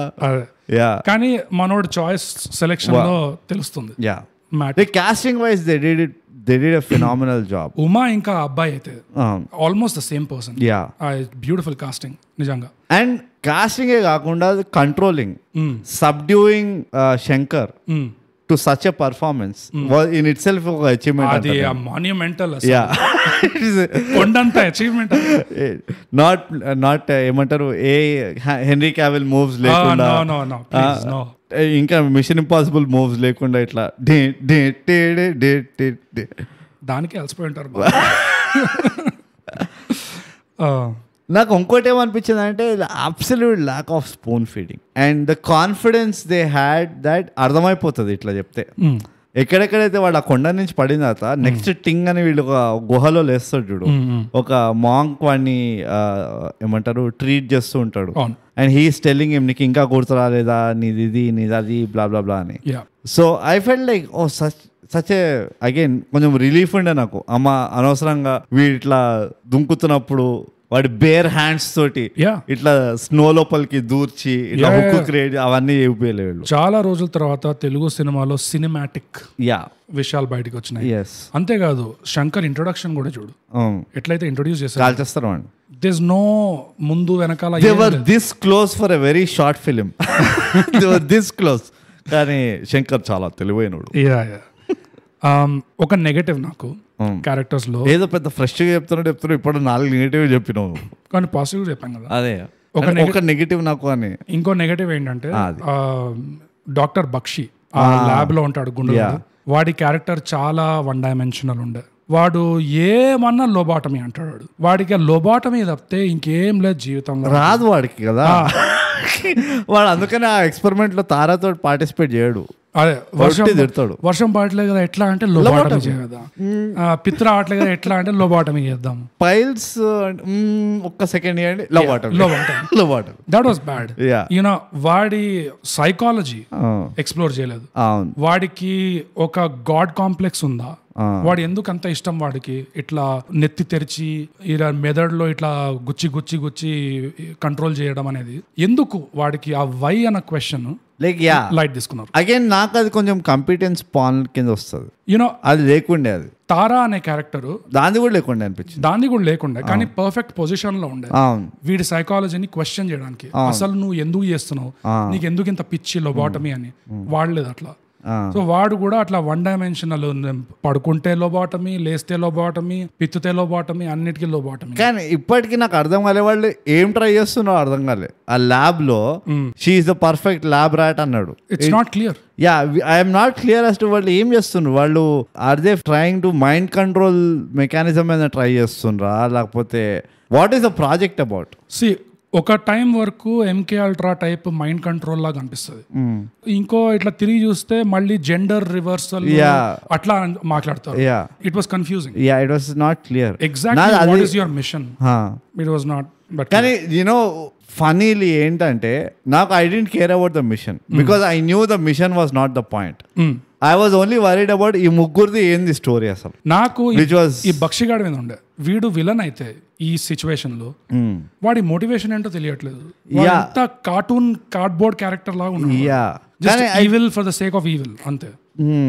కానీ బట్ ఎట్ ద ఎండ్ అదే ప్రూవ్ అయింది కదా, వాడి అసలు ఏం సంబంధమే లేదు ఈ స్టోరీకి. You know it's like breaking bad లో 5 సంవత్సరాల తర్వాత లాస్ట్ సీజన్ లో చచ్చే ముందు వాడు ఫైనల్ గా ఒప్పుకుంటాడు, మొత్తానికి నేను ఎందుకు చేసిన అంటే ఐ ఎంజాయ్డ్ ఇట్ అంటాడు. వాల్టర్ వైట్ పెళ్ళంతో అంటాడు ఇదంతా కొడుకు కోసం అని చెప్పి, మీ భవిష్యత్తు కోసం అని చెప్పి, ఇట్లా అట్లా అనేది సొల్లు. Actually I liked it. ఆ పవర్ అనేది ఇది ఐ ఎంజాయ్డ్ ఇట్ అని వాడు మొత్తానికి నిజం చెప్తాడు. అలాంటిది ఒక సైకలాజికల్ యునో మోటివ్ వీడికి ఏదో ఉండాల్సి ఉంటుంది సినిమాలో. అట్లా కాకుండా జస్ట్ ఒక కార్డ్బోర్డ్ విలన్ లాగా జస్ట్ ఏదో నేను జస్ట్ చెడ్డోని కాబట్టి నేను చెడ్డ పనులు చేస్తా, దట్ వాస్ నాట్ గుడ్. అది కూడా నాకు వాడు చెడ్డోడు అని కూడా అనిపించలేదు నాకు. వాడు ఏదో అయ్యా నాకు ఎట్లా అనిపించింది తెలుసా, అట్లా అంటే నువ్వు వీడిని విలన్ అంటావా? ఈ ఎవరైతే ఉమాని సర్పంచ్ ఉంటాడు ఆ డాక్టర్ ని విలన్ అంటావా? వాడు కొడుకుని ఎవరే నాకు అట్లా అనిపించలే. They were all like events in their life. It's almost ఒక చూస్తే ఒక బయోగ్రఫీ అవుతున్నట్టుంది. వాడితోటి ఎన్ని అత్యాచారాలు అయినాయి ఈ క్యాండిడేట్ తోటి. విలన్ అంటే ఎగ్జాక్ట్ విలన్ కాదు, గ్రే షేడ్ అనుకో. ఎందుకంటే ఆ డాక్టర్ ముందు జరిగేది ఏంటంటే ఆ సర్పంచ్ నేను తగలబెట్టి చంపేస్తా అంటున్నాడు. అదే సో నేను ఇది ఎక్కడి వరకు వెళ్ళిందంటే నాకు ఈ లాస్ట్కి సోకాల్డ్ అఘోరీలు కూడా వీడిని సొసైటీకి వెళ్ళి గెంటేసిండ్రు. నాకు ఎట్లా అనిపించింది అంటే ఇది వీళ్ళు చేస్తుంది కాదు, వీడి కర్మ ఇది. వీడి కర్మనే ఇట్లా ఉంది. ఎందుకంటే వాడు ఎవరిపైన డిపెండెంట్ కాకుండా సొంతంగా డిపెండ్ అయ్యి ఒక ఫుల్ సూపర్ స్మార్ట్ స్ట్రాటజీ తోటి ఒక ఎస్కేప్ ప్లాన్ వచ్చాడు అనుకో, అది మళ్ళీ పోయి వాడు లోపలికే దూరుతుండే. Right. So it was like oh వీడి కర్మనే ఎంత, ఏదో ఎవడో చేసింది కాదు, వీడు బతికే ఇది అనుకున్నా. సో వాడు ఆ బక్షి అట్లా ఒక కార్డ్బోర్డ్ కట్అవుట్ లాగా ఉండేసరికి వాడిని నమ్మడం కష్టమైపోయింది. అంటే ఆ క్యారెక్టర్ లో కన్విక్షన్ రావడం it was not. I wanted that Chinese guy to come back again at some point. He was so good అసలు. వెస్ట్ అంతా టైం వెస్ట్ మస్త్ అన్నాడు. నేను ఫస్ట్ వెస్ట్ చూస్తున్నాను. అదే కూడా వెస్ట్ అంటున్నాడు. మస్త్ యాక్సెంట్ ఉండేది. ఇంకో positive route of course no love story. అసలు we have to mention it. Bonanza positive, right, we have to mention it. It is ఈ రీజన్ కోసమైనా నేను దీని ఒక బెంచ్ మార్క్ మూవీ చేస్తాను. దీన్ని చూసి నేర్చుకోండి. వాడి జబ్బు వల్ల పెట్టలేదు. నాకు ఈ జాన్వి వచ్చినప్పుడే గుండె కడక కొట్టుకుంది. But then they killed her, or at least they showed like they killed her. They tried, but they Janhvi is a tough nut to crack. Bloody, or the hills have bad luck. ఎవ్వడు పడినా కానీ ఆ హిల్స్ కి ఎవ్వడు చావాడు, అందరు బతుకుతారు. లేదా ఒక వీడియో గేమ్ లాగా you have 3 lives, you have 4 lives, respawn అవుతూ respawn. Jumanji. It's a Jumanji world. But yeah, it's a great again brave take to not include a love story. So ఇంకో positive ఉంది. ఇది ఈ సినిమాలో ఎప్పుడైతే ఈ flash back to present to past ఇట్లా switch అవుతున్నారో ఒక ఇమోషనల్ కనెక్టివిటీ మెయింటైన్ చేశారు. ముందు జరిగేదానికి తర్వాత జరిగేదానికి ఎప్పుడు ఏదో ఒక లింక్ ఉండేది. టైమ్ లైన్స్, ఆ టైమ్ లైన్స్ లో ఈదర్ అంటే సీన్ ట్రాన్సిషన్స్ లో కూడా something similar is happening. So ఆ ఇమోషనల్ కనెక్టివిటీ కూడా నా దృష్టిలో narratively it is a big positive. It is. And again ఆ లాస్ట్ తవ్వే సీన్, ఆ లయన్ సీన్ ఉంటుంది చూడు, వీడిని చేజ్ చేస్తుంది, వీడు ఒక గుహలోకి వెళ్ళి తవ్వడం మొదలు పెడతాడు. That was so well done. ఎందుకంటే అటువైపుకి వెళ్ళి ఆ గుండుగాడు కూడా తవ్వుతూ ఉంటాడు, రైట్? అదే ఏమంటారు దాన్ని, ఏదో అంటారు, చిన్న కత్తి లాంటి దాన్ని పట్టుకొని తవ్వుతూ ఉంటాడు. వీడి ఇటు నుంచి తవ్వుతున్నాడు. అప్పుడు కొంచెం వాడికి అది దొరుకుతుంది చూడు. అది దొరికినప్పుడు నౌ ఐఎమ్ హాఫ్ మైండ్ లో ఉండే. నేను అందుకనే అంటున్నా, it is very well revealed suspense and very well timed suspense. ఆ టైమ్ లైన్స్ కూడా for the longest, I mean for how long they could maintain that suspense without making the odd, I mean for me I felt like that interest lose avakunda aa suspense enta gripping ga vettagaligina anta sepu. That was a big achievement from the makers. So last point okati undi bro. చెప్పు తొందరగా. ఇది వీళ్ళని అన్నట్టు కాదు, వాళ్ళని అన్నట్టు కాదు, ముందే చెప్తున్నా నీకు. మన నెత్తి బాదుకున్నట్టు, గోడకి నెత్తి బాదుకున్నట్టు. జస్ట్ నా అబ్జర్వేషన్ చెప్తున్నా నీకు. ఇవన్నీ అబ్జర్వేషన్స్ బోగస్. కరెక్ట్. ఇది వేరే న్యూట్రల్ అబ్జర్వేషన్. ఈ సినిమా గురించే కాదు, జనరల్ గా సినిమాల గురించి. కొన్నిసార్లు నాకు ఏమనిపిస్తుంది అంటే, కొన్ని సినిమాలు ఎలా తీస్తారంటే మొదటిసారి చూసినప్పుడు నీకు ఫుల్ గా తంతది, లైక్ నీకు పంచు ఇంపాక్ట్ మొత్తం వస్తుంది. కానీ వాళ్ళు తీసే విధానమే ఎట్లా తీస్తారు అంటే, రెండోసారి చూసినప్పుడు మూడోసారి చూసినప్పుడు నీకు అంతగా అనిపించదు. మొదటిసారి చూసినప్పుడు వచ్చే అంత కిక్. నాకు ఈ కేటగిరీలో డార్క్ నైట్ వస్తుంది. అన్ఫార్చునేట్లీ డార్క్ నైట్ నేను రెండోసారి చూసినప్పుడు నాకు బోర్ కొట్టేసింది. కానీ ఫస్ట్ టైం చూసినప్పుడు అయితే అబ్బా అసలు unforgettable experience. Dark night joker అంటున్నావు కదా. అది అంటే as a movie joker performance నువ్వు యాక్టింగ్ ఎక్కువ ఫోకస్ చేస్తావు కాబట్టి నేను యాక్టింగ్ అండ్ పర్ఫార్మెన్స్ అనట్లేదు. As a movie story whole narrative first time చూసినప్పుడు అయితే it just కెప్ kicking me in the face. Just one after the other అట్లా సీక్వెన్స్ చేశాడు నోలన్. సెకండ్ టైం చూసినప్పుడు ఆ ఎలిమెంట్ ఆఫ్ సర్ప్రైజ్ పోయింది కాబట్టి I was getting bored very quickly. అలా అనిపించింది నాకు డార్క్ నైట్ లో. ఇంకో రకమైన సినిమాలు ఏంటంటే సస్పెన్స్ ఎంత దాకా సాగదీసి ఉంచుతారో ఫస్ట్ టైం చూసినప్పుడల్లా బోర్ కొడుతూనే ఉంటుంది. లాస్ట్ లో సస్పెన్స్ ఎప్పుడైతే రివీల్ చేస్తారో, బాగా రివీల్ చేస్తే రెండోసారి చూసినప్పుడు అప్పుడు అసలు అసలైన మూవీ ఇప్పుడు చూస్తున్నా అనిపించింది. నాకు గామిలో అదే అనిపించింది. రెండోసారి చూసినప్పుడు అప్పుడు నేను కొంచెం ఇంకా ఎంపతితో, ఇంకా కొంచెం అండర్స్టాండింగ్ తో, ఎంత వీళ్ళు దరిద్రం బాధలో బాధ ఎంత తనుకుంటూ పోయినా ఓపిక్గా నేను చూసుకుంటూ పోయాను. ఎందుకంటే నాకు తెలుసు ఓకే ఇది మొత్తం ఒక సర్కిల్ ఎట్లయితే గీస్తున్నాడు అనేది. సో ఇది అలాంటి కేటగిరీలో వస్తుంది అనిపిస్తుంది. వేరే కేటగిరీ ఏంటంటే మన అందాజ్ అప్నా బ్రోచే క్షణాక్షణం ఇవి ఎన్నిసార్లైనా చూడు అది అరగదు, అది చూస్తూనే ఉండొచ్చు దాన్ని. ఇది చాలా ట్రిక్కీ నా ప్రకారంగా. ఎందుకంటే అగైన్ నువ్వు చూసే మూవీ చూసే తరీకా చాలా డిఫరెంట్ నేను మూవీ చూసే తరీకా, రైట్? నేను I always look at that entertainment question. Critical movies నాకు నచ్చుతాయి. ఇట్స్ నాట్ దట్ నాకు నచ్చవని కాదు. మూవీ మేకింగ్ కానీ ఒక సీరియస్ డ్రామా కానీ ఇవన్నీ కూడా నచ్చుతాయి. కానీ maybe I will not go back to those movies again and again. So for me ఈ మూవీని కరెక్ట్గా బాగా ఎంజాయ్ చేయాలనుకో, అంటే మీరు కనుక ఎంటర్టైన్మెంట్ కోసం మూవీ చూస్తున్నారంటే watch this movie when you're super happy. ఎందుకంటే నువ్వు కొంచెం ఇవాళ ఆఫీస్లో చాలా టెన్షన్ ఉండే, సరే ఏదో ఒకటి చూద్దాము అన్నట్టు చూసారనుకోండి, and if you are someone who looks his like movie watching, repeat watching is ఏమంటారు అన్వైండింగ్ సెషన్ మీకు, then this is not the movie you should watch. ఎందుకంటే you will not appreciate and you will not, అదొక fair frame of mind నుంచి చూడరు. So you should be kind of open to watch this movie or be happy.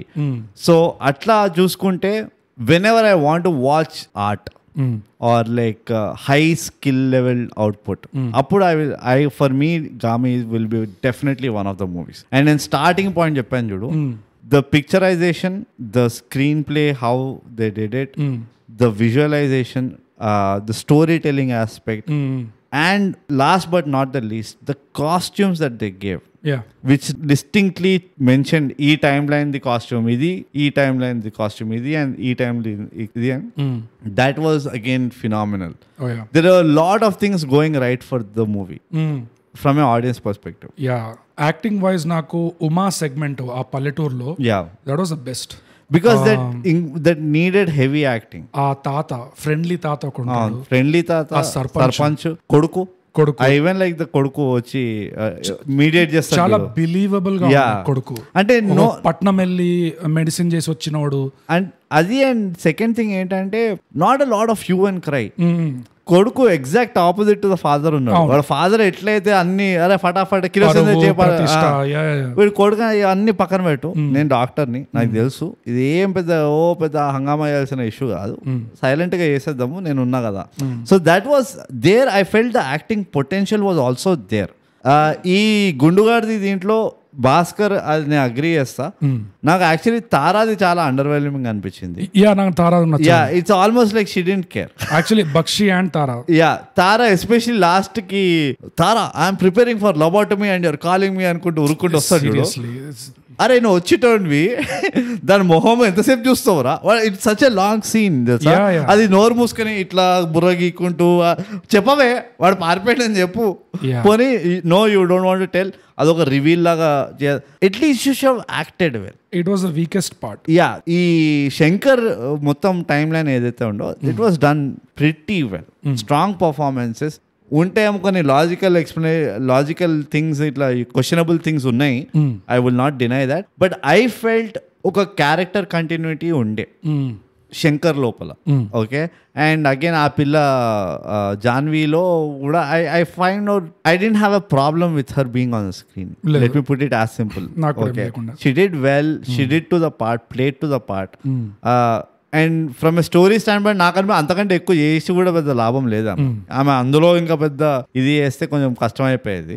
So and నాకు అందరు ఆ monk మంచిగా చేసిండు, ఆ గోరీలు మంచిగా చేసిండ్రు. They captured Varanasi well. వాడు స్టార్టింగ్ లా అది ప్రయాగ్, అది what ever Prayag, they captured Prayag well. Okay, ఆ మూడ్ ని బాగా క్యాప్చర్ చేశారు వాళ్ళు. అది so all music was good. Come on. So majority was ticked off. Subject matter వల్ల ఈ సినిమా నేను మళ్ళీ చూడను పూర్తిగా, కానీ కొన్ని విజువల్స్ కి అయితే మళ్ళీ వెనక్కి. ఆ పల్లెటూరులో అమ్మ ఇంకా కూతురు ఒక చిన్న గుడిసె దాంట్లో కూర్చొని, ఆ స్కై ఉంటది బ్యాక్గ్రౌండ్ లో, పక్కన ఒక చెట్టు ఉంటుంది, బ్యూటిఫుల్ షాట్స్. స్కై ఎంత వాడిండు. ఓ యా, ప్రయాగ్ షాట్స్ కొన్ని. అండ్ మోస్ట్ నా ఫేవరెట్ ఏంటంటే హిమాలయాల్లో ఆ మాంక్ ఉంటాడు కదా, అదో పెద్ద గుడియో అట్లా ఉంటది. అది CG అనుకో, EFX ఏదనుకో, బట్ గుహ కాదు, అది పాత మొనాస్ట్రీ టెంపుల్. అది కూడా ఏముండే అంటే దాని విజువల్ అసలు టూ గుడ్. కొన్ని విజువల్స్ అయితే ఈ మూవీలో. And it's a welcome addition to the industry ఇలాంటి సినిమా. డెఫినెట్లీ ఈ రెండు విషయాలు అయితే చెప్పకుండా ఉండలేము, అట్లీస్ట్ నేను ఉండలేను. టైటిల్ ఆ టైపోగ్రఫీ అండ్ ఆ టైటిల్ స్టైల్ ఏదైతే చేశారో సర్క్యులర్ గా గామీని, అది కూడా నాకు చాలా నచ్చింది. ఓకే, ఇంకా నేనంత పట్టించుకున్నావాన్ని. యా, ఇంకా production design was really good. And production design work వచ్చేసరికి ఇది గామి ప్రొడక్షన్ డిజైనర్ ని వీళ్ళు చిత్రాలోచన వాళ్ళు ఇంటర్వ్యూ కూడా చేశారు రీసెంట్ గా. నిజాయితీగా చెప్తున్నా, నేను వినలేదు అది. నాకు తెలియని కూడా తెలియదు, వీడికైతే కనీసం తెలుసు. యా, అంటే ట్విట్టర్ లో స్క్రోల్ చేస్తే కనిపించింది. బట్ ఎవరికైనా ఇంట్రెస్ట్ ఉంటే తప్పకుండా అది వినండి, ఎందుకంటే production design was really good ఈ మూవీలో. చాలా బాగుండే, పోయి వినండి. పాపం ఆమెకు కూడా క్రెడిట్ ఇవ్వండి. ఓకే, రాయండి ఆమెకి, పాపం you did very well yeah అని థైగ్యాపాలు కూడా చెప్పిరని చెప్పి ఆమె కూడా చెప్పండి. Such a beautiful job. So మొత్తానికి అయితే అంతే బ్రో, నా దగ్గర అంతే. అండ్ చెప్తున్నా కదా, it was pretty on your face. ఇది majority part of the movie. And చూస్తే అర్థమవుతుంది. దీని గురించి చెప్పడం చాలా ట్రిక్కీ. ఇది యాక్చువల్లీ మనం చాలా ప్రిపరేషన్ చేసినాము, 3-4 రిహర్సల్స్ చేసినాము. నా గొంతు కూడా పోయింది, గొంతు కూడా పోయింది. అదే, సో ఇంతవరకు సాగదీసినాం, అదే మన గొప్పతనం దీన్ని. సో అదండి గామి రివ్యూ. బ్రూట్, నీకు ఈ సినిమాలో గుణపాఠాలు ఏమైనా ఉండేనా? లేవు బోగస్. ఓకే, నా ఒకటి ఉంది. చెప్పు. ఇది ఇండస్ట్రీకి ఒక వినపం. ప్లీజ్ ఈ సినిమాలో చేసినట్టు విజువల్ స్టోరీ టెల్లింగ్ కొంచెం ప్లీజ్ ట్రై చేయండి. జస్ట్ దృశ్యాలతో ఏదో చెప్పడం, ఆకర్షించండి. ఒక నెత్తి మీద బాధి ఒక నెరేషన్ తో కాకుండా, ఒక డైలాగ్ తో కాకుండా, జస్ట్ దృశ్యాలతో చూపించండి, ఏదో ఒక కమ్యూనికేట్ చేయండి ప్లీజ్. అది సినిమా అంటే. వీడికి ఈ జబ్బు ఎలా వచ్చిందంటే, ఈ జబ్బు వీడికి 15 ఏళ్ల క్రితం వచ్చింది, అట్లా కాకుండా Aghori Baba what is happening here? Aghori pride 2 BHK 3 BHK plots కదా, ట్రీస్ ఉంటాయి. అది మంచి గుణపాఠం బోగస్. బట్ ఇది యాక్చువల్లీ ఈ మూవీ కొంచెం ఇట్లా మన లోపల నుంచి బయటికి తీసుకొచ్చింది, కానీ ఎప్పటి నుంచో చెప్తున్నాం మనం. ఇది ఈ స్టోరీ టెల్లింగ్ అన్నది చాలా కష్టమైన కాన్సెప్ట్, మీరు జర ఆలోచించండి అని.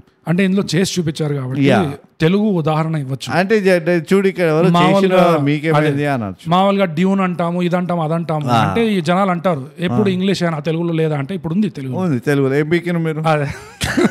నేను అడుగుతున్నా, ఇప్పుడు నేను అడుగుతున్నా. Ball is in your cover. అంతే. బంతి మీ సందులో మీ తోటలో ఉంది అది. సో ఇంకోటి ఏంటంటే, మనం భాష గురించి మాట్లాడింది, అది ఎంత సాగా తీసినాం అనుకున్నా, ఒకవేళ మన ప్రేక్షకులు అనిపించినా, అది చాలా ఇంపార్టెంట్ విషయం అది. అండ్ అట్లీస్ట్ నా ఉద్దేశం వీడికి నాకు కూడా ఇంపార్టెంటే. కానీ ఇంగ్లీష్ పాడ్కాస్ట్లో ఒక ఎపిసోడ్ చేసినాం, లాంగ్వేజ్ ఇట్స్ నాట్ ఈజీ. నా ప్రకారంగా లాంగ్వేజ్ వల్లనే మనకి దరిద్రాలన్నీ ఉన్నాయి అని అన్న ఉద్దేశం ఉంది. Because I feel it is the weakest tool to communicate. So దాన్ని ఇంకా మనము జర ఇవాల్వ్ చేయడమో ఏదో అదంతా నేను పట్టించుకోను. Okay, fair enough. సో ఇంకేమైనా ఉన్నాయా? ఏం లేవు, మూవీ చూడడమే గుణపాఠ. అంతే. సో ఇప్పుడు వెళ్ళిపోదాం బ్రూట్ మన రేటింగ్ కి. ఎస్, దేంట్లో ఇద్దామంటావు? మష్రూమ్స్ అంట, కానీ అది తెలుగులో ఏమో అంటది, అదేమో మాలిపత్రాలు ఏదో అంటది. అదే అనుకుందాం, మీరు భావం అర్థం చేసుకోవాలి. కానీ నేను యాక్చువల్లీ ఆల్టర్నేటివ్ పేరు అనుకున్నా, కానీ మళ్ళీ ఇప్పుడు మాలిపత్రాలు అని చెప్పేసిన. చెప్పు, ఆల్టర్నేటివ్ చెప్పు. కొడైకెనాల్ మ్యాజిక్ మష్రూమ్స్ కాదు, నేను కొడైకెనాల్ గొడుగులు అంతా. కొడైకెనాల్ గొడుగులు. ఇప్పుడు భాష గురించి అంత మాట్లాడడం కాబట్టి ఖచ్చితంగా దీంతోనే పోదాం. ఓకే, కొడైకెనాల్ గొడుగులు అంతే. ఓకే, అది చెప్పు. సో బ్రూట్, గామి అనే చిత్రం ఇది ZEE5 లో ఉంది, తప్పకుండా చూడండి. దీనికి 10 కొడైకెనాల్ గొడుగుల్లో ఎన్ని గొడుగులు ఇస్తావు బ్రూట్? బోగస్, నాకు చాలా సంతోషంగా ఉంది కొడైకెనాల్ గొడుగుల్లో మనం రేటింగ్ ఇస్తున్నామని. కానీ నాకు చాలా దుఃఖంగా కూడా ఉంది, ఎందుకంటే ఈ మూవీకి ఈ రేటింగ్ ఇస్తాను అనుకోలే. నేను గామికి 8 కొడైకెనాల్ గొడుగులు ఇస్తాను. 10 గొడుగుల్లో కొడైకెనాల్ గొడుగు. బ్రూట్, నా రేటింగ్ వచ్చి మొదలుగా అయితే నిజాయితీ రేటింగ్ చెప్తా, నిజాయితీగా నువ్వు ఈ నిజాయితీ అంటే విత్ లంచం వితౌట్ లంచం ఎగ్జాక్ట్లీ ట్రాన్స్పరెంట్ గా చెప్తున్నాను నీకు. నిజాయితీగా నాకు 7, 5, 6, 7 ఓకే 10కి. కానీ కల్తీ చేసుకొని కంత్రీగా చూసి లేకపోతే ఏదో ఒకటి అనుకోండి, ఎంకరేజ్మెంట్ అనుకోండి, నా రివ్యూతో ఇన్ఫ్లుయెన్స్ అయ్యింది అనుకోండి, మంచితనం అనుకోండి, నేను 9కి వెళ్తున్నా. ఓ వావ్. ఎస్. ఓ అంటే ఒక్కటేనా ఇంత భాష గురించి డిస్కస్ చేస్తే? చెప్తా నిజాయితీగా 7 ఓకే కానీ 9 మంచితనం, వీళ్ళకి ఎంకరేజ్మెంట్, వీళ్ళ మూమే ఘీ చక్కర్ ఏమని అనుకో, బట్ దహి చక్కర్ అంటారు, ఘీ చక్కర్ కాదు. ఘీ చక్కర్ కూడా అంటారు యాక్చువల్గా కొన్ని చోట్ల. దహి చక్కర్ కూడా అంటారు. ప్రాబ్లీ మార్వాడి అది మేబీ హర్యానా టు ఇక్కడ అక్కడ మధ్యప్రదేశ్ అట్లా మారచ్చు, బట్ ఏదైనా okay. Anyways 9 is a good rating. నేను రెండు కొడైకెనాల్ గొడుగులు ఎందుకు తీసేసిన అంటే ఎండింగ్ కి ఒకటి తీసేసిన, ఆ సాగదీయం నెగటివ్స్ చాలా ఉన్నాయి. ఇంకోటి నేను మర్చిపోయినాను ఎందుకు తీసినాను. మనం చెప్పుకున్నాం కదా, వింటారు అదే వినండి నేను ఎందుకు తీస్తున్నాను తెలుస్తుంది. చాలా ఇంతవరకు వచ్చినట్టే తెలిసిపోయి ఉంటుంది మీకు. 2 ఎందుకు తీసినాను నేను. అబ్బా. సో ఇప్పుడు ఇది కూడా అయిపోయింది కాబట్టి అయిపోయింది. ఇంకా మిగిలిందా ఏముంది అంటే మన అవార్డ్ విన్నింగ్ సోషల్స్ అవార్డ్స్. ఇవేంటంటే ఇన్స్టాగ్రామ్ లో @_thigap, ట్విట్టర్ లో @thigap, మన ఈమెయిల్ వచ్చి mindthigap@gmail.com. అంతే. అవార్డ్స్ ఇంకా అఘోరీ హైట్స్, అఘోరీ ప్రైడ్, అఘోరీ అడ్డా అనేది మా థైగ్యాప్ లో డిస్కార్డ్ కూడా ఉంది. వచ్చేయండి డిస్కార్డ్ కి. డిస్కార్డ్ లింక్ ప్రతి ఎపిసోడ్ డిస్క్రిప్షన్ లో పెడతాము. అదే కాకుండా మేము లింక్ ఇన్ బయోలో కూడా ఉంటుంది. ఎప్పుడు పడితే అప్పుడు చూడదు, 24/7 అది. తొందరగా ఆ లింక్ క్లిక్ చేస్తే మీరు మా డిస్కార్డ్ సర్వర్కి వచ్చేస్తారు. అది సింపుల్. సో మనం ప్రతిసారి చెప్పుకున్నట్టే బ్రో, థైగ్యాప్ తెలుగు పాడ్కాస్ట్ చేయండి, సబ్స్క్రైబ్ చేయండి, షేర్ పంచండి. అఘోరీ ప్రైడ్ ఏంటి సార్ మీరు పంచండి సార్, పంచండి ప్లీజ్ సార్. అరే ఎవరు సార్ మీరు? ఎవరు బాబు మీరు ఇలా పంచుతున్నారు? కొడైకెనాల్ గొడుగులు.